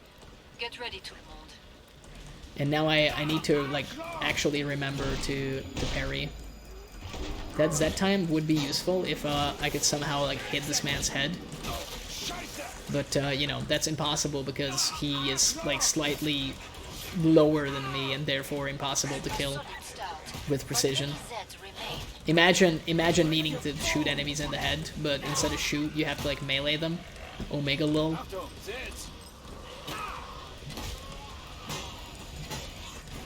I mean, I will say there's, like, probably too many stairs on this map for it to be any amount of good for precision perks. Now let's just get, like, another parry. And I want another parry bonus. That's all you do as Berserker. You just have to attempt to constantly have the parry bonus up. And of course we don't have it for this guy, but he was not standing slightly above or below us, and therefore he was extremely easy to Come kill. see me. The pod's safe The here. pod is literally on the other side of the Nicely map, done. but we don't really care because turns out I'm Berserker, and therefore I go at the speed of sound if I press my left shift button. So it literally doesn't matter where the pod is because I will always reach it. I would say wave 1 is the worst with Zerker, but no, I think it's wave 2 or 3 that's like quite possibly the worst. I mean, again, we can break these and pretend that we'll inevitably get all the secret collectibles, but we probably won't, sadly. You and I both know it doesn't work that way. But we can pretend. Good luck with the next waves. Hope it'll be fun. It's time for bed. I mean, hey, thanks for tuning in, Ren. I hope you get some nice Zeds are rest. getting closer. And I was happy that you're here. Let's see what we can do. More Zeds on the scope. We got, like, no Back to Hemoclobber it, ammo. mes amis. Ammunition. I still can't believe they nerfed this as well. They hate Zerker so much, dude. It's over for you. It's just old bloats. Oops, old bloats edition? I want him gone.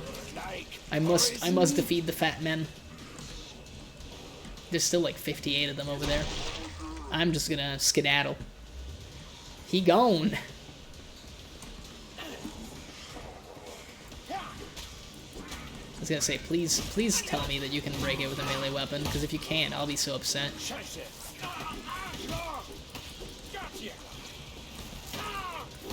You know, I didn't have my parry bonus up for a split second, and therefore I nearly died. Just hashtag just Berserker things. Yeah, that's dangerous. If a husk ever survives a single attack from you, there's a high chance you are dead as Berserker, as luck would have it. I mean, soon we won't have to worry about reloading for our heavy attacks, for what it's worth. Not necessarily a good thing, but a thing nonetheless. Bro, I can't see anything in the actual, like, fiery parts of the map when I have a parry bonus, because it does, like, a red tint. Like, look at the instant eye cancer of this, like, fire effect in the middle here. Can't see fucking shit.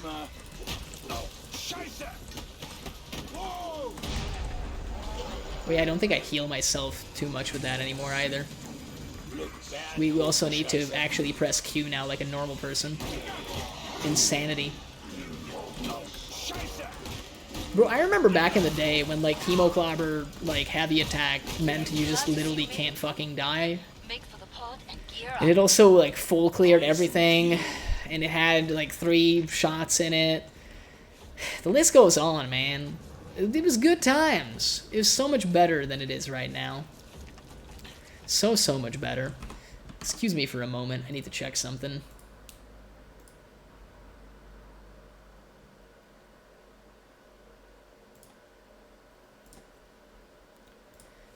Yeah, no.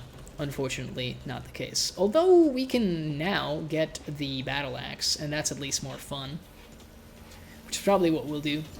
Have you checked your ammo? Yeah, let's just do that, dude. Yeah, I don't see the blood sickle. Blood sickle. That's how you have to pronounce it, by the way. Well, let's go out here and, I don't know. I don't think it matters where we are as Zerker, because if we get overrun, we'll just have to, you know, skedaddle out and away from there. But if we get Z time, we'll be fine. Copium. Time's up. Go I have no kiss idea how we're Zed. gonna fight some of the bosses on this map. There is free armor, apparently. So that's, like, pretty solid. Could I get Z time? No. Bro, like, let's just get the armor, like, already.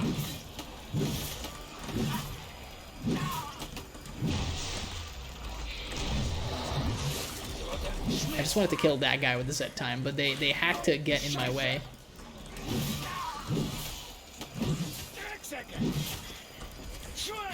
Oh, the rally has quite a bit of range, huh? Honestly, you saved my life right there by getting that guy on the ground. It's like they are dead. Oh, apparently, he still might die because I don't see, like, anything anymore. And, you know, the RNG gods, like, taketh and giveth away because, Finish the last ones off. as lucky as we were with the friendly fire, the EMP explosion apparently didn't actually hit the bloat, so he could still attack. But we bounced back. That was the last Okay, one. that was a little Get to the close. indicated If he had spot, done his resupply. suicide attack, I think we would have been gone right then and there. But thankfully, we Survival lived. instinct out there. I mean, we can get our Hemoclobber back, and eventually, and by eventually I mean like right now, actually upgrade it. Now we just need to remember that we actually have this weapon. So if things get hairy, we need to switch and then do a heavy attack on literally anything, including but not limited to the ground, so that we get the heal cloud. Must close the pod very soon. I don't know why I keep coming back here and pretending that we're gonna like get this shit done, dude. There's like no chance. To be honest, like this is relatively easy to see. I don't know how we missed it before. that one's pretty easy to see, but I didn't think Zed are to getting check there. closer. That's how we missed it. I'll admit it. I don't want to be like in any of these Pod's places closed. for the final wave. Make a I kind of don't difference. want to be on the map anymore for the final wave, as luck would have it. Thankfully, we're fast as fuck, boy. We're really, like, probably gonna have to go into the charnel house here. Maybe we can use that time to, like, make our way out of here. We did. Nice. I mean, that was extremely fortunate. The RNG gods were with us this day, apparently. Dude, like, my parry game is kind of on point, but it also needs to be, realistically, so... As happy as I am about that, it's also one of those things where, like, if it's not, you are just completely fucked as this perk. And I mean, even though our parry was up, we still got completely owned right there. That man is going to miss, and he did. Still quite a bit of them left.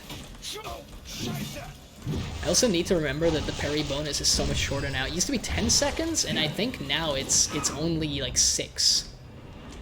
Because again, Berserker, like literally the entirety of Berserker needed to be like hard nerfed in every possible capacity. And I'm still mad, dude. I'm still mad. I'll never stop being mad. I'll just fucking come out and say it. Like, if the perk is just too strong, then find a way to fucking fix it without like taking away everything that's fun about it. Nice. How did you vomit on me from that, like, over there? Your animation was not even going, dude. Like, are you insane? Can I just get, like, a regular enemy to attack me?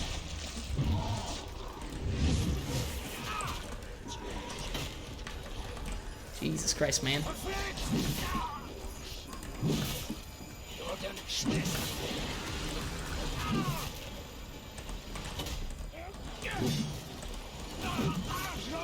Bro, we're struggling with like a basic ass flesh pound over here. Spin free Again, because we have to fight on the fucking stairs. Impossible to headshot anything from stairs, apparently. That's Oh, great. Lord. You took it down hard. Yeah, dude, I'm still mad about the Berserker changes. I'll come out and say it. I don't think it's a good idea. Like, to be completely real with you, best thing you can do with Berserker is literally ignore all of this shit. Definitely ignore Skirmisher. It's less fun to be Dreadnought, but if you can have a friend that plays Medic and is willing to just pocket you, just do that. Just have your friend literally, like, pocket you Final forever. choices, people. And win the game, because you will never die, because you have 200 health and damage mitigation. You still will need to parry, unfortunately. Unfortunately, there's no way around that as Berserker. Like, there is no real alternative, because for some reason they thought, like, hey, let's do it like this. Like, you can either have 15% resistance to all damage, and you can have, like, an additional, like, a total of 30% resistance to poison and sonic, or you can just have 30%, like, damage reduction if you parry, which is twice as much, and it works the same way, and all you gotta do is this. So there's no reason to ever use resistance. Resistance is training wheels, basically. I used to believe that that was bullshit, and people were just mean, but no, it's 100% correct. You never want to actually use resistance as Berserker. Parry is always worth it. Just learn how to parry. You have to. You don't really have a choice. You have to, but it is what it is.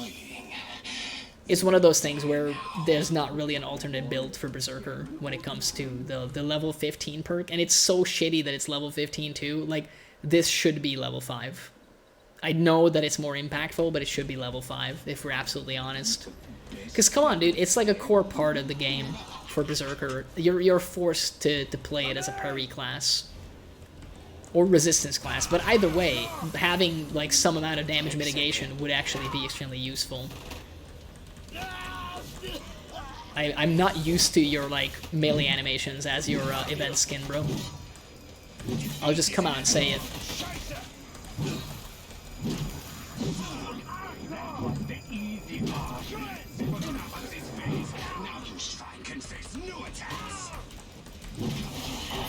Oh, he still does the attack. Man, it's so good that we dealt all that damage, huh?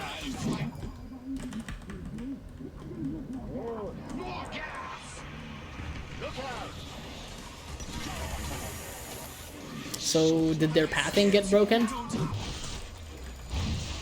Or, like, what's going on? I'm not sure what happened there, but...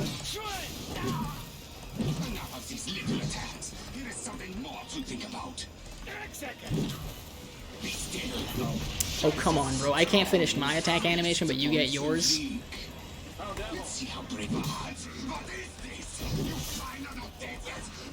I mean, we can kind of abuse the fact that he can't, like, throw around corners.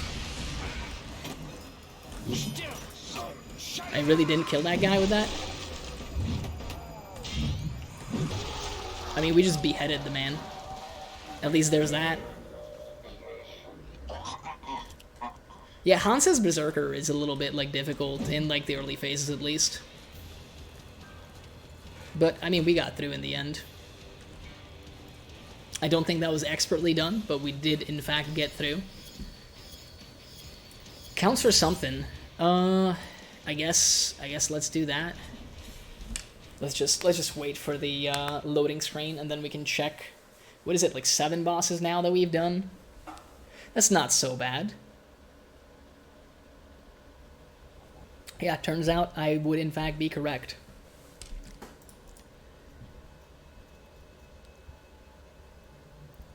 Yeah, I don't want to play like anything on Suicidal that I'm not comfortable with. So let's do Firebug again. You know, it's very definitely huge variety over here.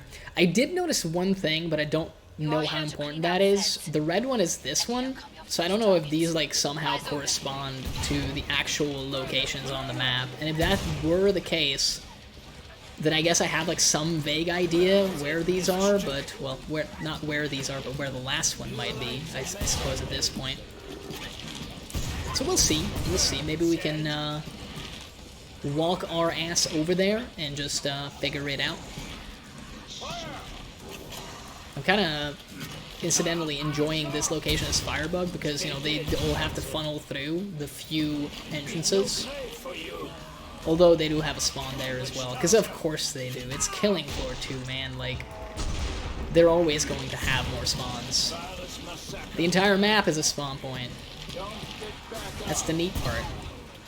Come see me. The pod's safely open. Gotta run. Nicely done. Should be able to get a Dragon's Breath at least, and that's gonna be very fun, actually.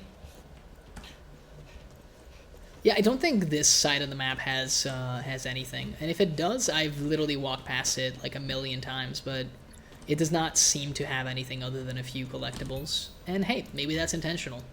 Maybe it's not. Maybe it's, you know what? We definitely want that. We want that. Let's get some armor. How the West was won. This is how the West was won, apparently. Let's do it. Let's figure it out. Some more ammo, but I'm pretty sure we don't really need it. I am gonna, once again, get some of these. Oh, you can't go through here. That's valuable intel, as in, like, game borkin as usual, but... Time's up. Elemental Medallion. I wish it made that sound. It would be cooler if it did. I don't think that gets it. Shotgun spread literally so bad that it cannot get it.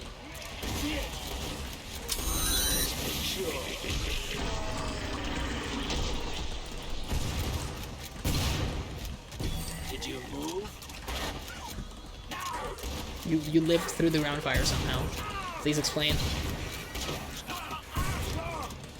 Bro, like, half of the map is just awful to be in. I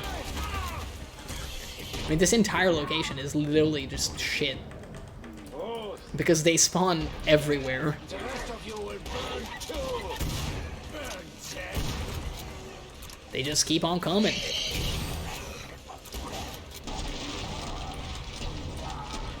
At least the Z time is extremely useful. We got that going for us. Let's make sure. Alrighty, yo. I don't think we got any slow boys. Back up. Maybe that guy is in fact slow. Can we actually fucking shoot this with like a shotgun? Jesus Christ, bro. Look out.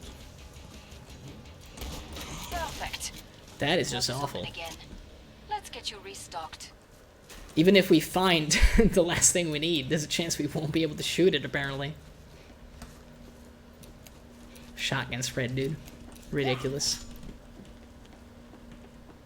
Yeah, we don't have purple. We don't have purple yet.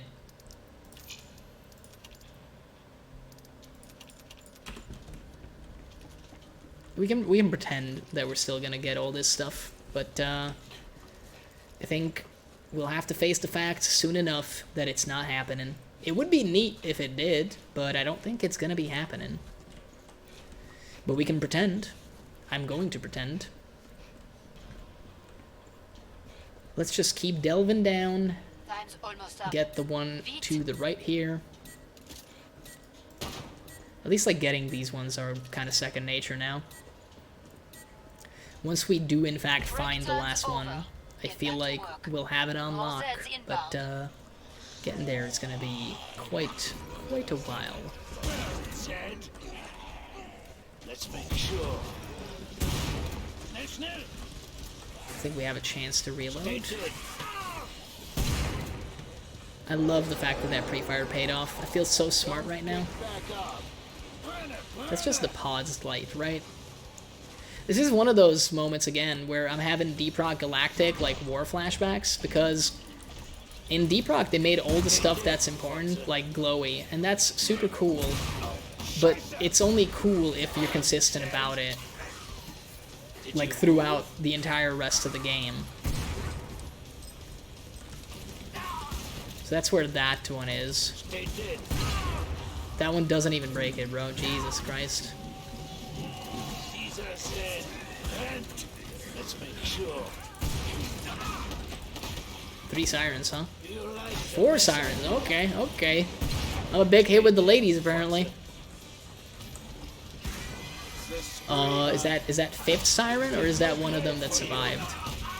Because I genuinely don't know at this point. I mean, that has to be a new one.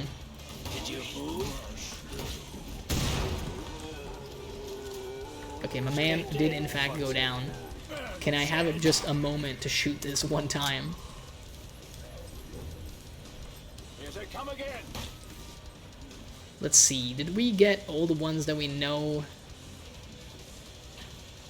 Because I've lost track. I've genuinely just lost track, to be honest with you. Oh, yeah, we are still missing one.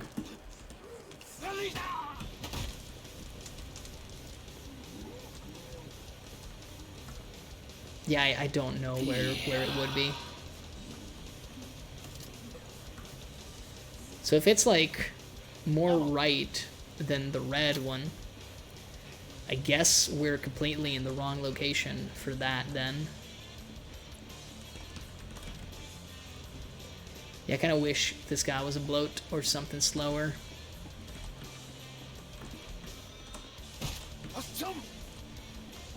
Let's see, let's see. I don't think it's quite cut as dry as I'm making it out to be. Sometimes the pathing does seem to break on this map from the looks of it. Or at least it's a bit jank.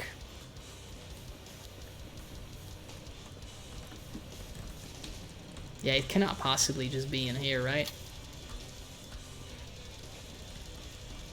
No. Good old torture chairs. Ammunition. And I mean, this entire thing is just empty. And then we're out here, but we already know that this thing is something that we've already gotten. I mean, dude, I don't know. I'm definitely losing hope. My hopium is running dry at this point. Because it's not that big of a map, but I cannot seem to find it. I was thinking I'll stream tomorrow, and if we do, and there's like an 80% chance of that happening, I'm thinking that we'll probably just look it up, to be honest, because it's pissing me off that we cannot seem to figure it out. And I'll probably feel really dumb when we do in fact look it up. Because it's probably like really obvious where it's at. Should I just look it up right now, dude? Should I succumb to Wiki Warrior syndrome and just find this thing? I mean, bro, it's been like, what, like 2.5 hours of just running around on this map, like attempting to figure this out. I feel like I gave it the old college try for sure. I guess we'll give it like the once over and try to figure it out. It would be kind of cool if there was some rule that it was always dead bodies, so that at least you know what to look out for. But apparently it's not that simple, which I guess is fair, makes it a little bit more exciting. Give me just but a moment. Yeah, I don't know, dude. I don't know. We'll run around real quick. And I mean, at the same time, we're at least picking up some ammo, which clearly we do not appear to be needing anymore, but hey.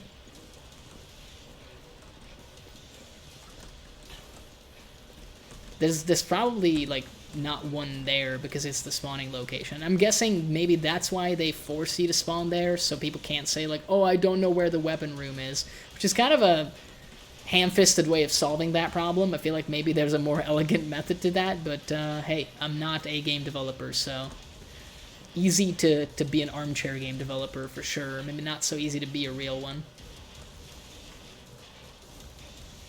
I mean, bro, we're back here. Give me a moment. I'm upset. I'm upset that I have to do this, but we are gonna do it. Just show me where the last one is. I'm losing my brain at this point. There's apparently a 4-minute video about this. Oh, please. Like, don't do that. Don't do that. So, my man is going over here. Did he get the first one, even? Is he playing on console? I think he is playing on console. Well, either way, he got the first one. He gets the smithy. He gets the chair. The tree. See, there's some cuts. I think that's kind of nice from a quality of life perspective, but at the same time. So you're gonna get the purple next, I think, from the looks of it. Yep. Getting the perp. The old purperino. What's next, buddy? Which one are you gonna get next? So Charnel House. You're fucking kidding me. Oh god. I've been shown the error of my ways. I think I know where it is at now. I don't think I ever would have found that one. It's apparently in here, dude. Yeah, that's a logical place for it to be. Okay, I mean, hey, I guess it's on theme. It is dead bodies. At the same time, how the ballsack would you ever find that one? Like, it's not placed in a way that is visible. Holy crap, dude. I don't think I would have found that one. A little mad, because we definitely walked past it, and I guess it kind of followed the logic there, but by God. By the way, let me close this now, because it's pointless to me. We have succumbed to Wiki Warrior levels, but at least we know now. And again, I don't think I'll be forgetting that one anytime soon, because goddamn, that's in a weird and annoying spot. Let us reap our rewards, which is probably something entirely pointless. By God, this is just broken now. Oh, it's not open. That is a weird animation, my friend. That is a weird animation. Glad to see you made it through. Is it just a bunch of random garbage? It is just a bunch of random garbage. Kind of a cool idea, but the execution is definitely not that nice. It feels like it's just a gimmick for gimmick's sake. But then that's half the game, basically. Like, you could level that complaint at the majority of this title. Well, to be honest, I don't feel so bad about looking that up, though, because I don't think I ever would have found it. Again, it would have been kind of nice to have, like, the vaguest idea of what color you're looking for. I would have been happy if maybe I would have just known, like, oh yeah, it's yellow. But even then, I don't think I would have found that one. Like, it's off the beaten path, for sure. But hey, we have that now, so, I mean, at this point, we just gotta grind bosses. We'll probably get that done. Considering we already got, like, 7 and we only need 15, they didn't put the bar that high on that, it would appear. So I think we'll eventually get that. And as for the weekly, yeah, I could see myself maybe, like, going up, playing with some randoms.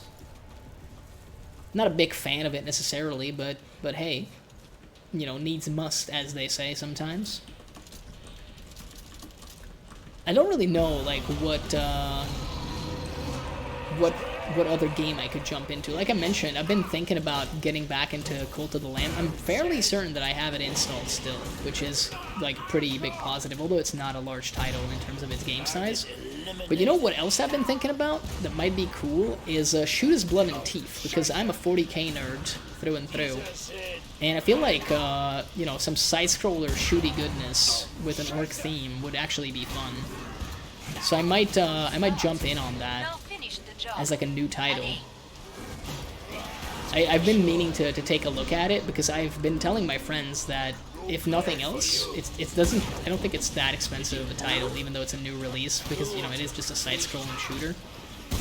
But if we want to play something new and cool, then we could make it that game.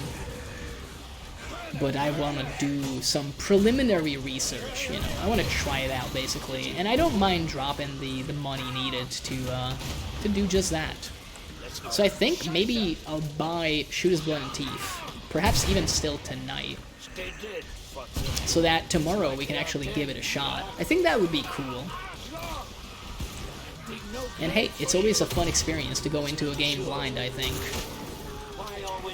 Unfortunately, I can't do that with Overwatch 2. I don't even know if I could stream Overwatch 2 if I wanted. And to be honest, I don't know if I would want to. I really don't think I'm good enough at the game to do that. And there's so many, like, better players in every sense of the word than myself that you can watch. There's people that are infinitely more entertaining than myself. and also way more You'll have to skilled. stay alive out there. Because the game has been out for like, what, 4 weeks? And I mean, technically 6 years, because it's the same game as Overwatch 1. Haha, get it? Good joke. No one's made that one yet, I'm sure. Glad I mean, you we made can it still back. probably upgrade some stuff, Don't right? bleed on Yep, anything. we can indeed. But yeah, so, I mean, we could also do some Overwatch 2 streams, but I don't know, dude. I've never been a big fan of playing, like, multiplayer shooters on stream for some reason. Even when I was, like, pretty deep into TF2, I had the thought of, like, making some dedicated videos, because I feel like you can make some pretty cool edited content from the game, but I don't know how awesome you can make the regular gameplay, I guess. I have to power down the pod. But I think that's just because of my viewing habits. I used to watch, like, a lot of Star Underscore, just like everybody else with the Pulse back in the day. And turns Full hand on the out, scope. you know, Back to edited it, TF2 Jason. videos are pretty pog. So pog, in fact, that they gave the poor man PTSD because the community would not leave him alone about it. So that's not so nice. The content was good. Was it worth mentally and emotionally scarring someone over? Probably not. But, hey, that's the internet for you. We do dumb shit. And then be like, really, bro? Just don't look at the screen. Like, I know I just wrote that you should, like, fucking kill yourself over this minor mistake that you did, but the problem is clearly you for reading it, not me for insinuating that you should not be allowed to live. That's like the internet, dude. And I mean, I'm part of that problem, too. We all are, even on this platform. We can pretend that we're better than that, but by God, sometimes we stoop pretty low.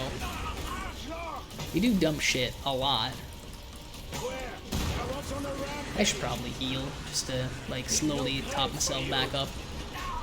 Oh man, he's getting better at the corners. How is that fair? His only natural weakness was corners, and now he figured it out. I don't think this is... I never heard you do that attack.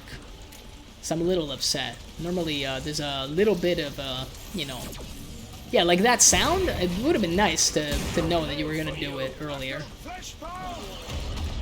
It would have been valuable information, my friend.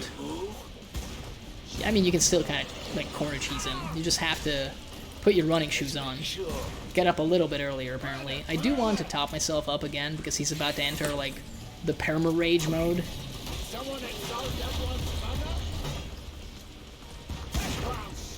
And you know what? We have the Scorcher. That was a bit weird. There we go. Just falls over. Had a little heart attack. But yeah, dude, maybe Shoot His Blood and Teeth is going to be next on the agenda. I don't mind playing Killing Floor 2, but to be honest with you, I don't really feel like playing more Deep Rock Galactic on stream right now, and just off stream, I haven't been playing it either. And I mean, Nightmare Reaper, I'm just completely out of at this point, and I don't really want to go back, if I'm completely real with you. It just doesn't interest me particularly much. I mean, we're getting a ton of Halloween treat tickets, apparently. Maybe when you do one of the objectives, you're guaranteed to get one. Maybe that's what the case is. Not really sure. I mean, we don't actively have a reason to stay on this map anymore, but let's do so anyway. 'Cause why not? But yeah, I mean, I could do a test stream of Overwatch 2 and expose my low skill level, which honestly doesn't sound all that bad. I guess we can do Field Medic. Although Suicidal Field Medic Wave 1 on this map seems like the dumbest thing you can do. Right next to, like, playing SWAT. Here we go. You know, I can't go a day without like bad-mouthing SWAT. I'm sorry. I can't do it. I'm not adult enough.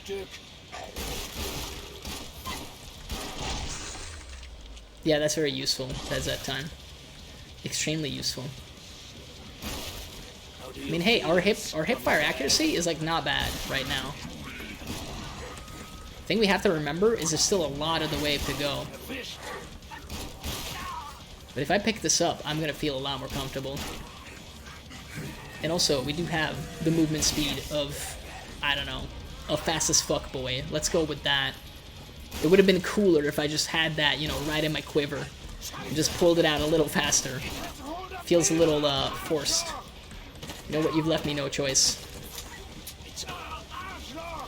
You've left me no choice but to insta-kill half the wave with a single grenade.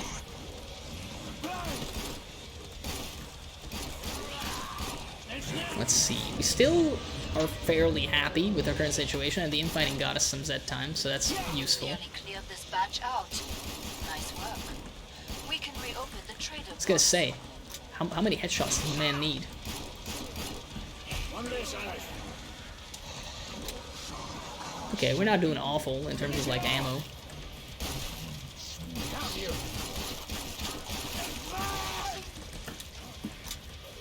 I got the jukes. Don't you know I got the jukes? Because that was 15 rounds to your knee. I mean, I'm not saying that rioters are Pod is open again. extremely strong, but 15 bullets to the knee strong though? You took some It hits is there. suicidal. Patch yourself up. Fine, you're right. Can't argue with that. Now we have the heal thrower, so we don't care about anything. I feel like I want a grenade just so we have like an oh shit button in our pocket. That's basically what meta grenade on solo is. Again, the smart person that isn't streaming right now because the smart people never stream on MumblezTV would just change to everything like this because it's infinitely better. But we don't do that here. We're not doing the smart stuff. We're very, very dumb. And I mean, I wouldn't say that's good, but hey, stay true to who you are. And I'm a dumbass, so I think I'm doing good by acting like a dumbass. But yeah, I'm thinking unless something were to come up, but I don't see what it would be, to be honest with you. I will be streaming tomorrow, for sure. And I'll put it into the schedule. And I'm thinking we'll do Shoot His Blood and Teeth, dude. More Zeds inbound. I've been meaning to, like, get that game anyway. So buying it for stream purposes seems extremely nice, actually. So that we can explore it together. Explore the rich tapestry of history of the greenskins, of the orcish race. We can talk about the Wa, we can talk about Gaskell, Solid start. we can talk about Commissar Yarrick, even though that's a sore topic these days considering he just got removed from the upcoming rulebook, but I mean, hey, I don't have a horse in this race. I'm not an Astra Militarum player, I don't play Imperial Guard. I just kill the Imperial Guard in most games, and it's a fun time doing that. They're great for that. Let me tell you. But yeah, we'll jump into Shoot His Blood and Teeth. And I mean, the other big thing, just to recap more for myself than anybody else here, the other big important piece of data from today's stream is the fact that we're gonna be doing, at 10 followers, we're going to be making a cover of 16 Tons with a Deep Rock Galactic twist. Which again should give me like reason to at least play it off stream to record some of that content. So that's good, I think. Some extra incentive to actually finish making that would be neat. Because I have the lyrics written, I have not recorded the stuff yet. And I'm a little like hesitant about it, but I think it's gonna be fine. Like technically that's the MCA, but I'm not intending to monetize it, to be honest with you. Because I'm just gonna upload it to my dinky little YouTube channel that hasn't had a video uploaded in probably 9 months at this point. And I mean, before then, I'll probably cut the TED Talks that I did today and upload that there as well. Because, hey, I think it's good content. I think it's fun content. It's different than what's been on there. It's mostly been gameplay stuff. But like I said, I want to do more gimmicky stuff. Because I think it's more fun. I want to do more bits a little bit. And perhaps I want to do kind of involved bits. Where we rent out some things and have some fun with that. Because, hey, I think that's an option. Well, maybe not for the next, like, few weeks. Maybe not for the entirety of winter, but you never know, dude. Like, hey. We're almost out of time. I'm quickly realizing that this is the one bonus thing so far in the entire game where you're always, like, better off doing this, I think. Because if you open this up, then you get a ton of resources. So I think this is going to be one of those things where, now that I know where these things are, and I play this map, I'm gonna have to, like, open this secret every single time. I don't want to just, like, go through, like, the recap again, though, because I think once we do this, like, map, we're probably gonna stop for tonight, because we have been live for almost 4 hours. I mean, 12 minutes of that was the intro. I know my own intro's length. I'm well aware of it. Don't worry. But still, it does not change the fact that, you know, it's lifetime, baby. Technically, it counts. And also, it is getting, like, rather late. I don't want to be up more, like, longer than midnight at the current moment. It's a Monday. Got the whole work week ahead of me. Got stuff to do, dude. And I will have to wake up super early on Wednesday. Or Thursday? Can't remember. I think, no, it's Thursday. It's Thursday that I have the appointment in, like, the morning. But that's fine, dude. It's actually not that early in the morning. It's more just that there's travel time that I gotta account for. Technically, we should be using the incision for these guys, now that we have it. Case in point. I mean, that was a solid headshot, too. Happy about that one. How do you feel, scum? That Z time was actually useful right there. Just make sure that she's stunned. Because I think, in the long term, that Siren was going to be more dangerous than anything else. Yeah, fall damage is preferable in that case. Poisoned you. Alright, we are missing like 60 health, dude.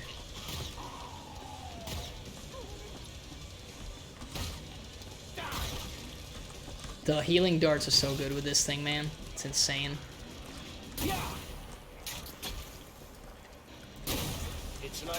I mean, it is a railgun after all.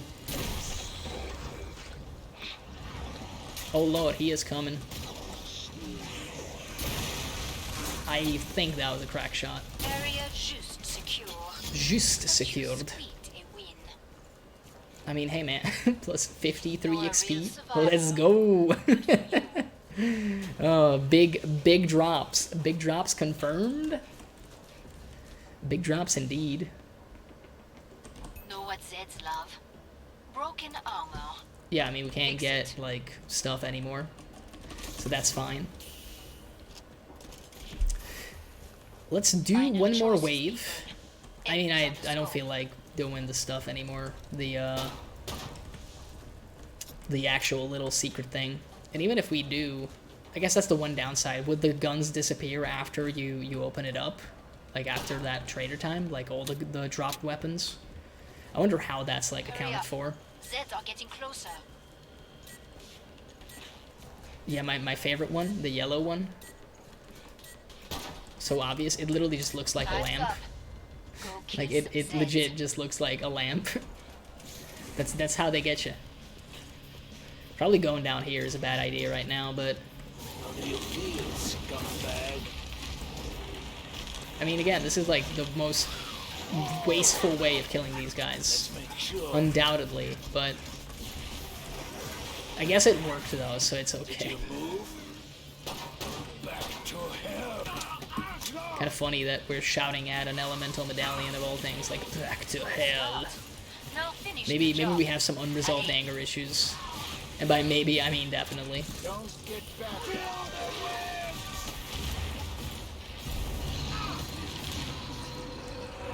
I think that's gonna be, like, slightly useful.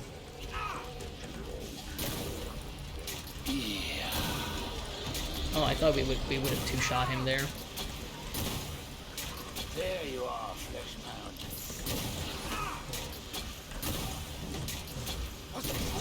Kinda happy with that headshot. Oh, it now shows the stacks as well. That's new tech.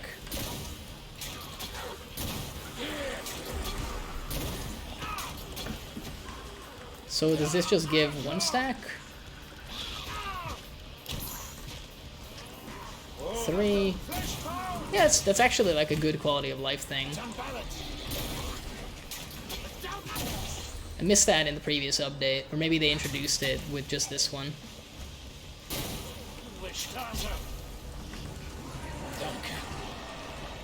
Where are all my mans going?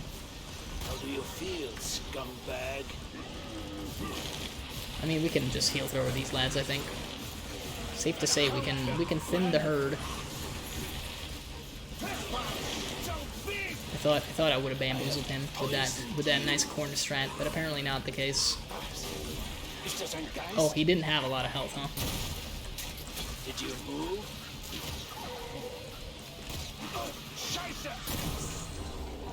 Let's poison as many things as possible. least try here. Break! Arschloch! Let's make sure. I mean, that works. That doesn't work. I cannot hit her. Scheiße! I did not hit her, and apparently I did not, because I can't aim. Stay dead, I mean, fucker. clearly, having a sniper in the catacombs, That's great. not the best of ideas, as it turns out, but I mean, we managed, because Medic is very, very strong. Prost. This would be the part where you go to the secret thing and get all the shit and make, like, I don't know, 700 dosh and be like, yo, Pog, but do we care? I don't think we care that much. You like Also, the to pod chip is too pieces. far away. I guess we can Buy run armor. there just to see, but I don't even know if we got all of them. I guess we can check, though. But yeah, I'm definitely going to be getting off of Killing Floor 2 after this, and we'll probably use the just chatting screen again, since we have it now, Found ammo. to do, like, the pre-outro, I guess. Last Did we chance. get this man's I have head? to We power didn't down get the this pod. man's head off. I was gonna say, like, please, sir. Would you be okay with Pod losing closed. your face mask? Will make a I would difference. appreciate it.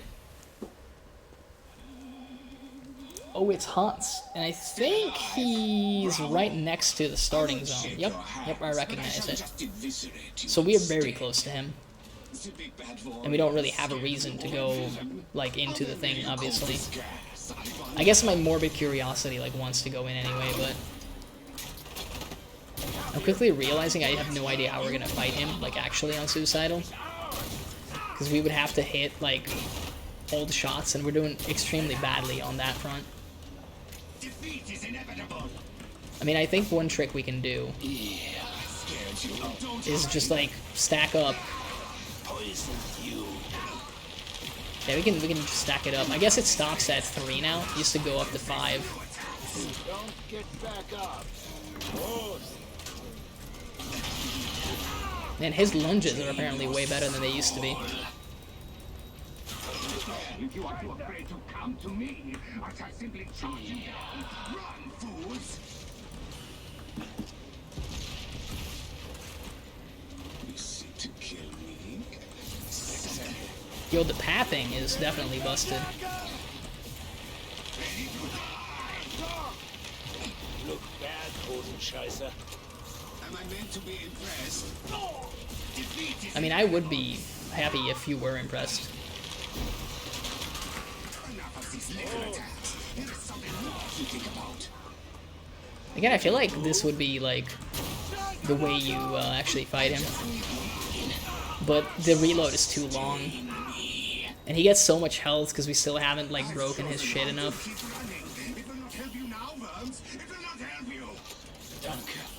Yeah, Suicidal is a little different. Also, he had, like, pretty delayed, like, throw time on those grenades, man. Don't get back up.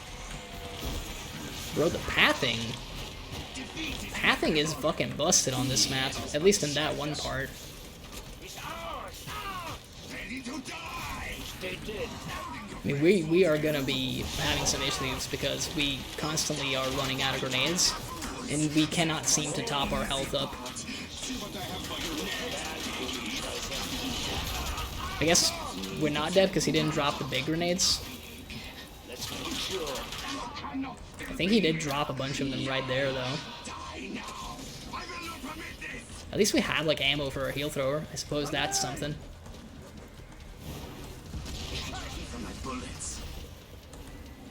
Wouldn't mind some more anything, to be real with you. I have poisoned you.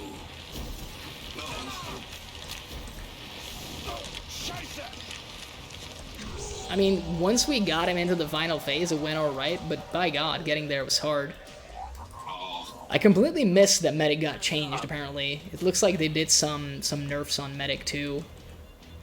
Which I'm none too happy about, once again, but I guess it was inevitable because it is, you know, Killing Floor 2. No fun allowed. Fun detected, fun removed, as some people in the Warhammer community say.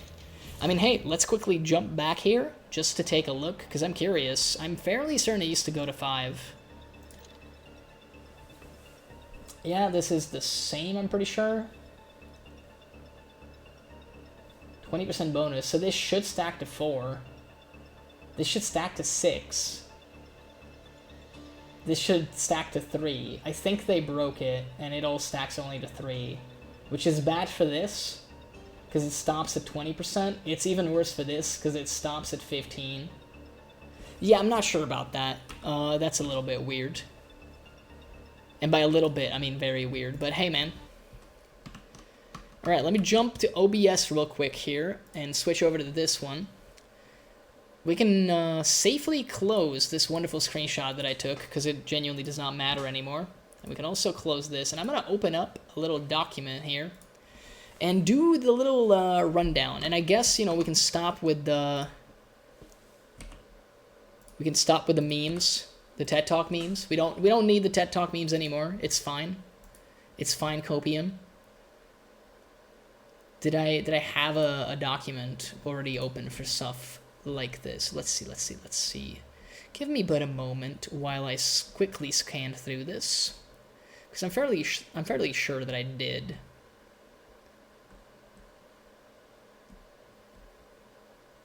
Yeah.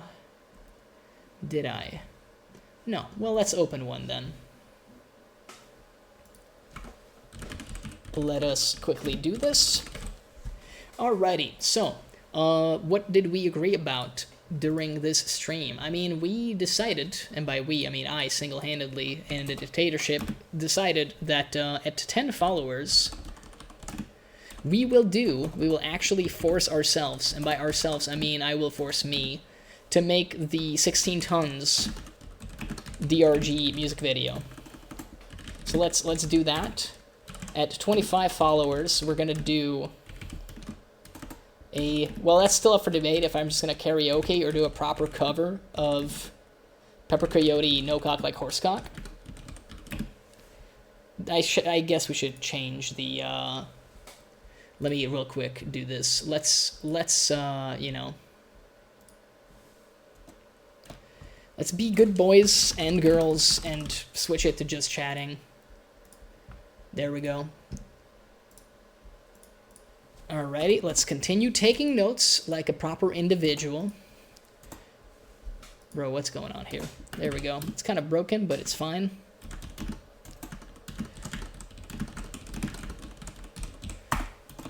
Can't type, but that's fine. Okay, so we basically have the follower goals sorted out now, and it's in writing, so therefore it will happen. So to reiterate, 10 followers, we're going to do the 16 Tons Deep Rock Galactic music video. I'm going to sing it. We're going to basically do it on top of probably like a karaoke version, and I'll record a bunch of stuff to hopefully go with it. Going to be like a nice 2.5 minute long video.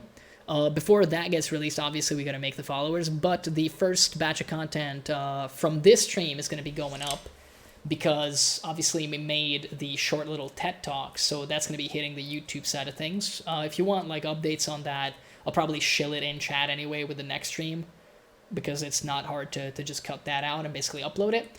So it's going to be going up, but if nothing else, you'll find it on Twitter too.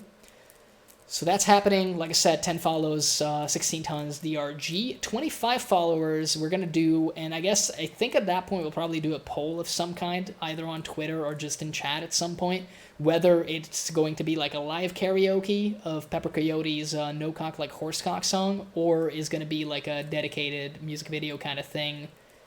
Well, maybe not music video, but like a sound recording at least of me singing it, basically.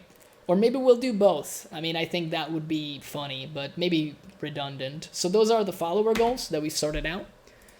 I'm gonna go on like 7TV and BTTV and get some emotes sorted, because we don't have any. I mean, you know, we don't have the most active chat, but that's completely fine. Eventually that will hopefully change, and I can't really complain as it is. But I spam a lot of like silly emotes in other chats, so I feel like I need to make my own chat a little bit more homely, basically. And in order to do that, what we're gonna do is get that sorted. So I think that's also on the agenda for me personally. Obviously, VOD, once we close shop here, is gonna be going up to the VOD archive. So if you've missed any of the streams, you can always find them there. I just upload them in their entirety. Sometimes it's a little janky because I don't yet have the nicest hardware, and sometimes my connection's a little bit crappy, but hey, it is what it is. I think it's better to have those for till the end of time basically than what Twitch currently does, which is they delete it after a week. Not that my content is so amazing that it must exist in a stored way, but I think it's good if you want to like catch up on stuff. So that's why I'm doing it, and it's just another aspect that we can basically focus on. So that's some of the stuff that we went through, and the other big one is obviously, and I'll be updating the stream schedule right after this stream, and hopefully later today, because now it is tomorrow. Today's already today. It's yada yada. It's complicated. But I will be making a Twitter post about the next stream that we're going to be doing. Same time, probably 8 p.m. Central European time. The difference is going to be that we're playing New Game, and New Game is Blood Teeth, like Shoot as Blood and Teeth, the new 40k orc side-scroller shooter. I think I've seen 15 minutes of gameplay on Cabal's channel, and it looked fun. Looked simplistic, but fun. So we'll see about that. We'll give it the old college try. If it's truly dreadful, then we'll just go play something else. I mean, I can write that down as well, just for myself.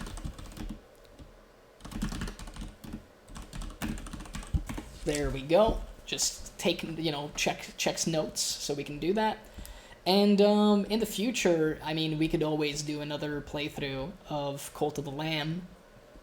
Well, for me, another, and for the stream, a first playthrough, because I've not actually streamed any of that. And I think at that point, we could probably do, like, a harder difficulty run. I'm not sure what the difference between the difficulties actually is, but, I mean, hey, we could find out if we actually run through the game. It's 20-some-odd hours the first time for me, but I did quite a bit of grinding and just sitting around in the actual colony sim aspect of it. And even if it is 20-some-odd hours, I mean, let's go with, like, 28. Let's round it to 28. At that point, if we, like, stream 4-hour sessions, that's still not so bad, to be honest. Like, it would take a few weeks to finish, but, hey, that's okay. And I think it's a cute little game. Definitely has a wonderful soundtrack, so it could be fine. It could actually be absolutely fine. Like, it would take 2 weeks, a little bit over 2 weeks to do if we stream, like, 3-4 times a week. Which sounds doable, to be honest. I kind of want to focus a little bit more on the streaming side of things, for sure. Give it, like, the old college try for a few months. Because I've been having fun with it, to be honest. So I want to see, like, how much more fun I can extract from it, basically. And, if I eventually stop, because I have done other ventures, like on the YouTube side of things, I have, like, an inactive Hungarian language YouTube channel that's entirely dedicated to wargaming stuff. It's not really abandoned, it's more like in stasis right now, but I did like a kind of almost autistic focus on it for like 3 months, and I had fun initially, but I kind of burnt out on it. But it was obvious that I was going to burn out on it regardless, because the problem was that about like a month in, I could already feel the symptoms of burnout. Now with streaming so far, we've been going for, like, I actively came back into streaming, I think in like late August, early September, basically. So we've been going at it for about like a month, let's say.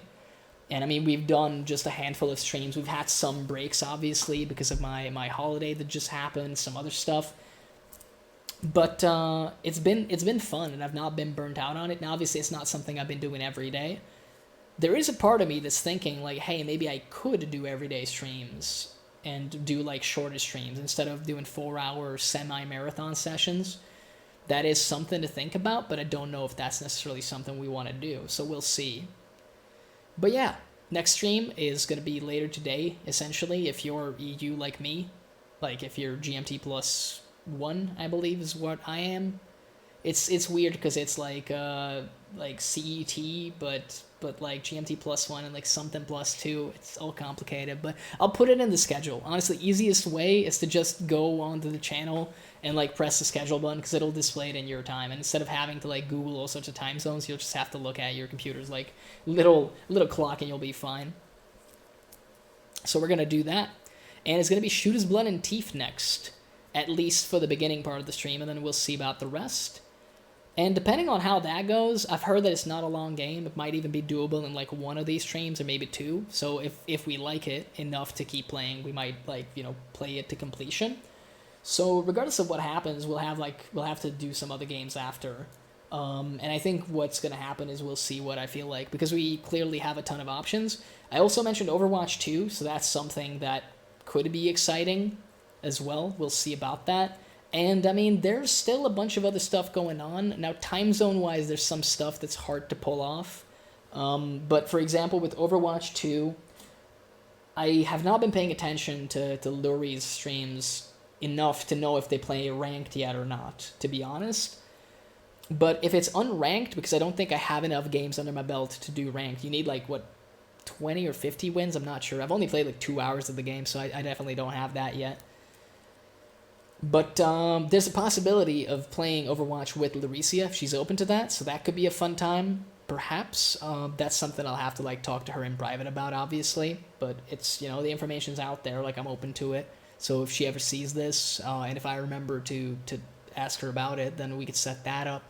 And also, I still would love to do any kind of, you know, collab content with Unga Bunga Dan, because he's a very good streamer, and I really enjoy him. Problem is that I sound American, but I'm in the EU, and he's actually American, so time zones. But I'm sure we could set something up over a weekend, for example. So, hey, maybe I'll go actually talk to my friends, like my Twitch friends, and be like, yo, do you want to do some stuff together? Because I feel like that could be fun. I've been enjoying myself with the solo content, and I think today, I wouldn't say that I was on the whole time. The beginning, I had a lot of fun with. The first hour, just chatting, education, great fun. Definitely enjoyed it. I think I did a good job on the actual TED Talk as well. But I'll get to, like, you know, listen back to it when I'm actually editing it out. Well, editing, I'm just, you know, cutting it out from the rest, basically. So I'll get to decide in a little bit. And I think I did decently at the solo content of Killing Floor 2, like, at least as, like, a background noise kind of thing. But I think I could make some more involved stuff with other people. So that's something to think about in the future. But for the time being, we're gonna be doing some more solo content for sure. Initially with Shooter's Blood and Teeth, and I mean, if we go back to Cult of the Lamb, it's gonna be solo because there's no online component to that game, other than viewer integration, which could be fun, to be honest. Like, I'll have to look into it, how difficult it is to set it up. I think you just need, like, the Twitch companion app though, to be set up, and that's it. So hey, that could be fun with, like, the higher difficulty. Play it on hard mode with chat integration. That could be a good time. So we'll see about that. And if nothing else, it would make for a nice playthrough video for sure that I could then, like, upload to the VOD channel. Could be like we said, about 6 to 7 streams if we want to do it to completion. Although probably second playthrough would be faster. So we'll see about that. But hey, there's a lot that we can still do, and it's probably going to be an ever-expanding list considering more games are hopefully coming out. And I would be in future I would love to upgrade my rig so that I can actually actively play some stuff. I mean, in a month we got Warhammer 40k Darktide, and as we established, I'm a big fan of the 40k stuff. That's also something that could be, you know, discussed on stream with the chat, how open people are to Warhammer stuff, because I wouldn't mind delving a little bit into the Warhammer side of things here on Twitch. So far it's all been video games, basically, but yeah, some Warhammer stuff, like some arts and crafts style streams of painting, I'm completely open to. I mean, I would greatly enjoy it, because right now I gotta decide between doing hobby stuff or doing stream stuff, and I enjoy both. And right now I have a lot that I would need to do with both, to be honest. Like, there's still a long way to go with the stream stuff in terms of stream quality for sure, and in terms of performance, but also there's a lot of stuff that I could be building and painting for my miniature collection as well. So hey, there's something there too. But either way, I mean, I hope you guys had a good time. I actually enjoyed myself greatly. This was a lot better than the stream from about 10, 11 days ago. I feel like I was a little bit more energetic, so hopefully we can keep that up going forward. And hopefully we can keep the Mind Goblins and the Burnout at bay, because I've been having a good time on the platform for sure, whether as a viewer or as a streamer. And hopefully that keeps up. So thank you for tuning in, and I will throw it over to the end screen. And I will see you next time.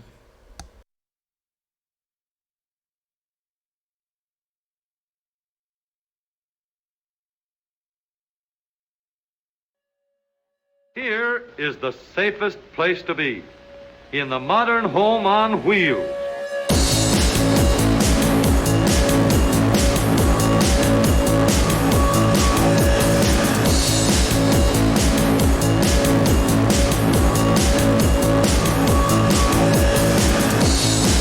under you is a rigid steel foundation. Steering controls anchored to the frame. Dependable brakes to stop you safely in every emergency. Knee action to keep you steady over the bumps and set you down easy in case of a blowout.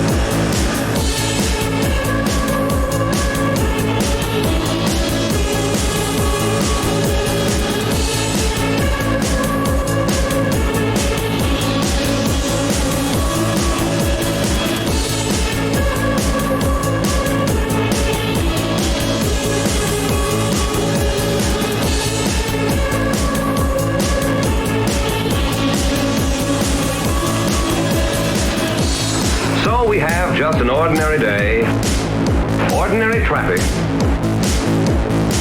Yet any number of these drivers are potential killers.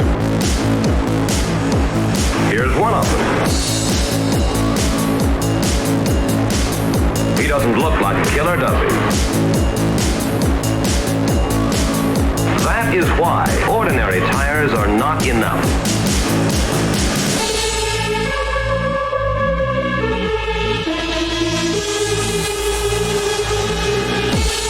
That is why ordinary tires are not enough.